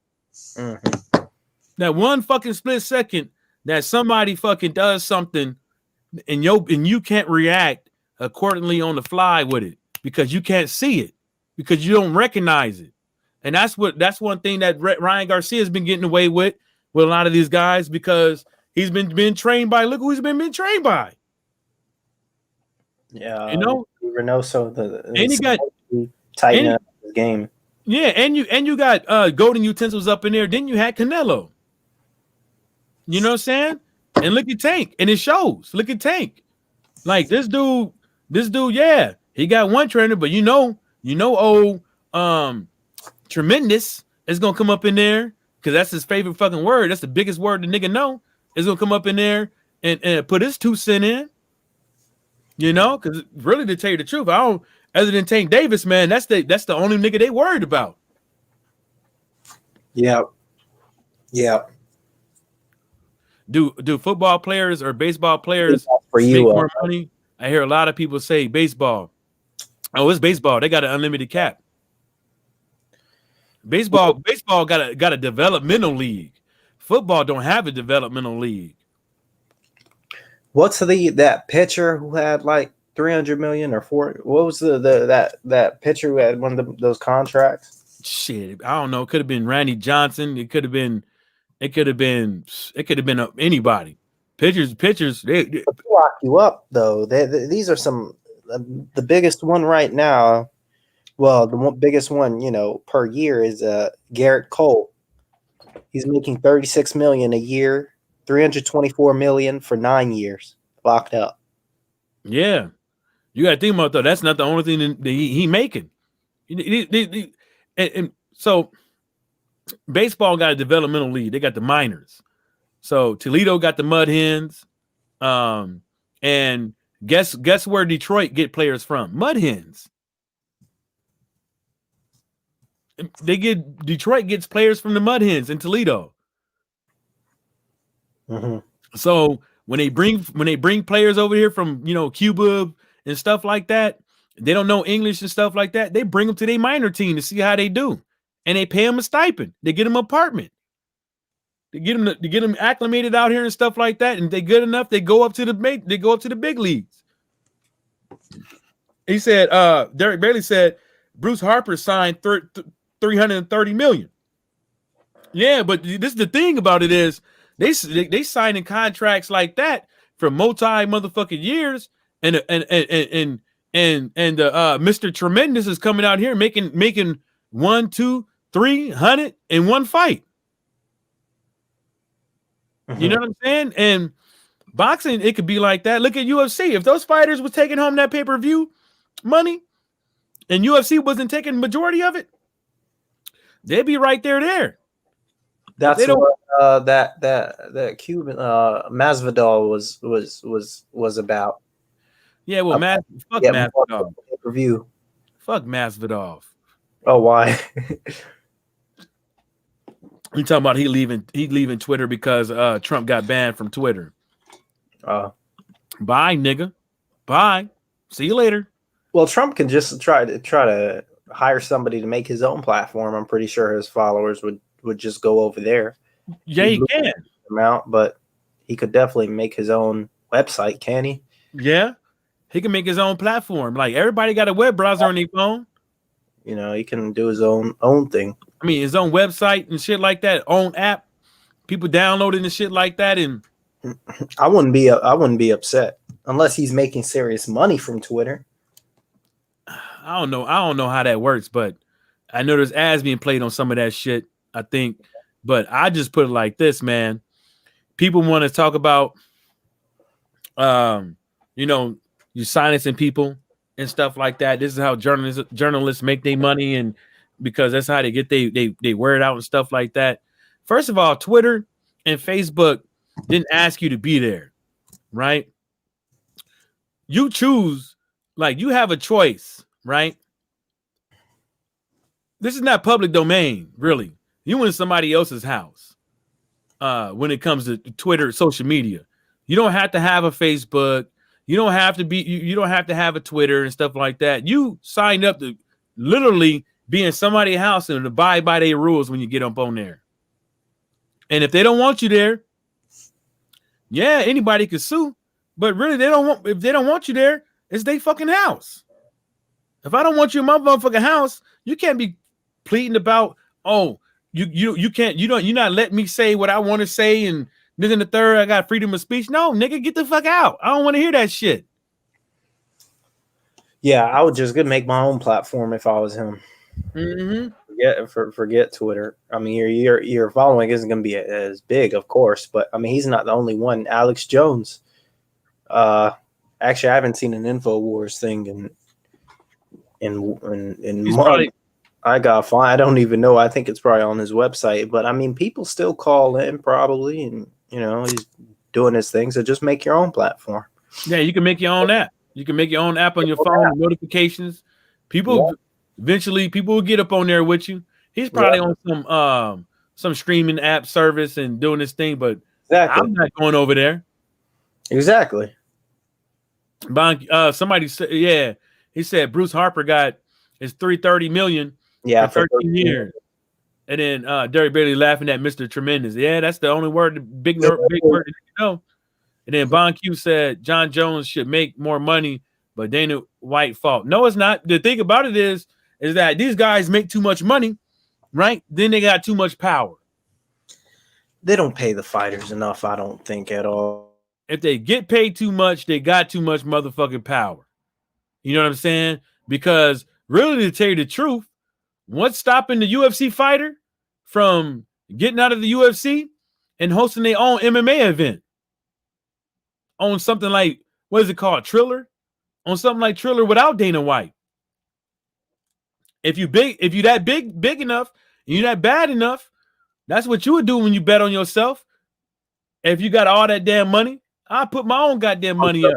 Yeah. You know somebody else will want to come in. You know now, well, you could get a promoter. Mm-hmm. You could get with a promoter and give them that motherfucker 10, 15% to have the setup for you with the event. You can always do that when your contract run out.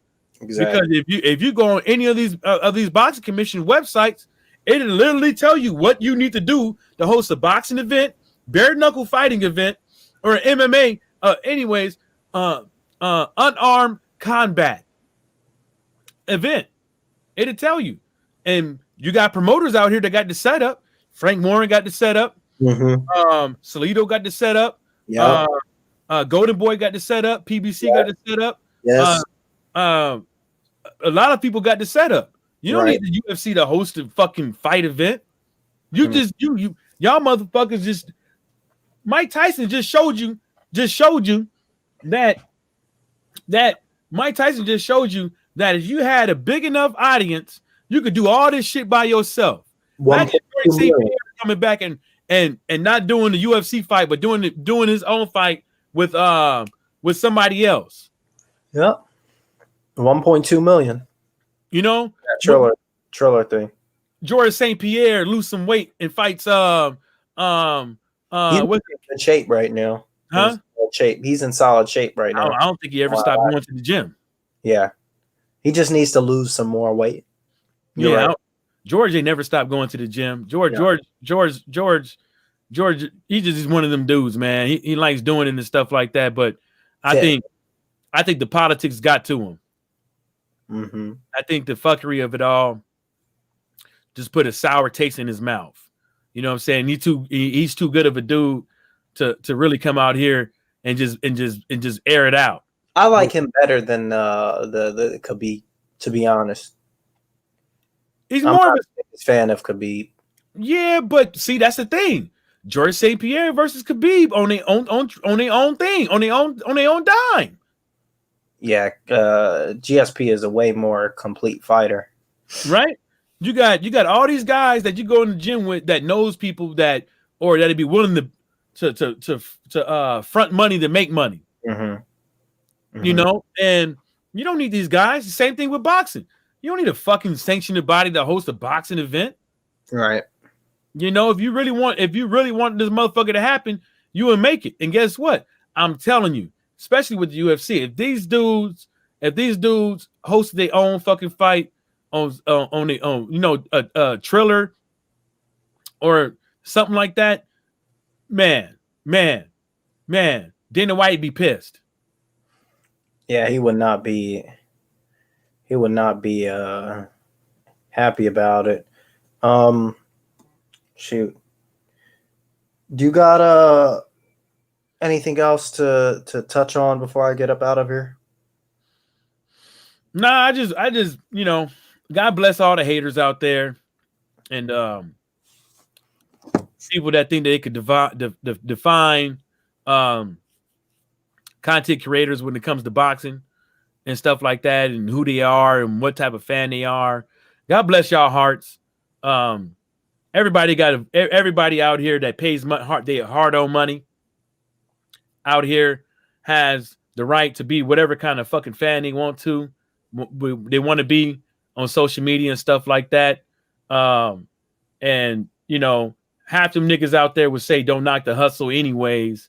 So, you know, everybody keep doing their thing and stop worried about what the next man is doing, and let's all get together. And talk about how boxing ain't doing right by its fans, and how promoters and managers out here are talking about how boxing is bigger than its fans. Yeah. Shout out to everybody, man, who was on here, man. Thanks, Mike, for jumping on and making it. Thanks, Watcher, for getting on a little bit earlier. Hold on, before you go, you play Warzone? Warzone, time to time with a couple. Can PS4 and PS5 play Warzone together? Yes, we can. Ooh. All right, I hit you up. All right, yeah. Just send me your PSN and I'll accept it and we can play whenever. Pause. You sound like Tyson Fury right now.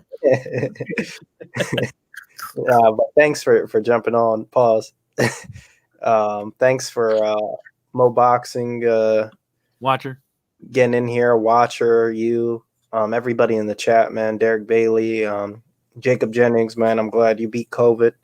Bon Kui, thanks for being new. Really cool to see you in the chat. Thanks for getting in on here. Who else? Jalik the Leader was in here for a little bit, man. Shout out. Lawrence Williams, man. Thanks for UK getting in on. Yeah, Vaults UK. I'm hoping I didn't miss anybody. Jalik the leader, you said him. The leader, yeah. Hopefully I didn't miss anybody. And man, thanks for getting on. And boxing is stale right now, but I'll try to do this weekly so that we can keep the discussion a little bit. But all right, fellas, it was great getting on here. Yeah, thank you, Mike, and everybody else who made it. Peace out. Mm.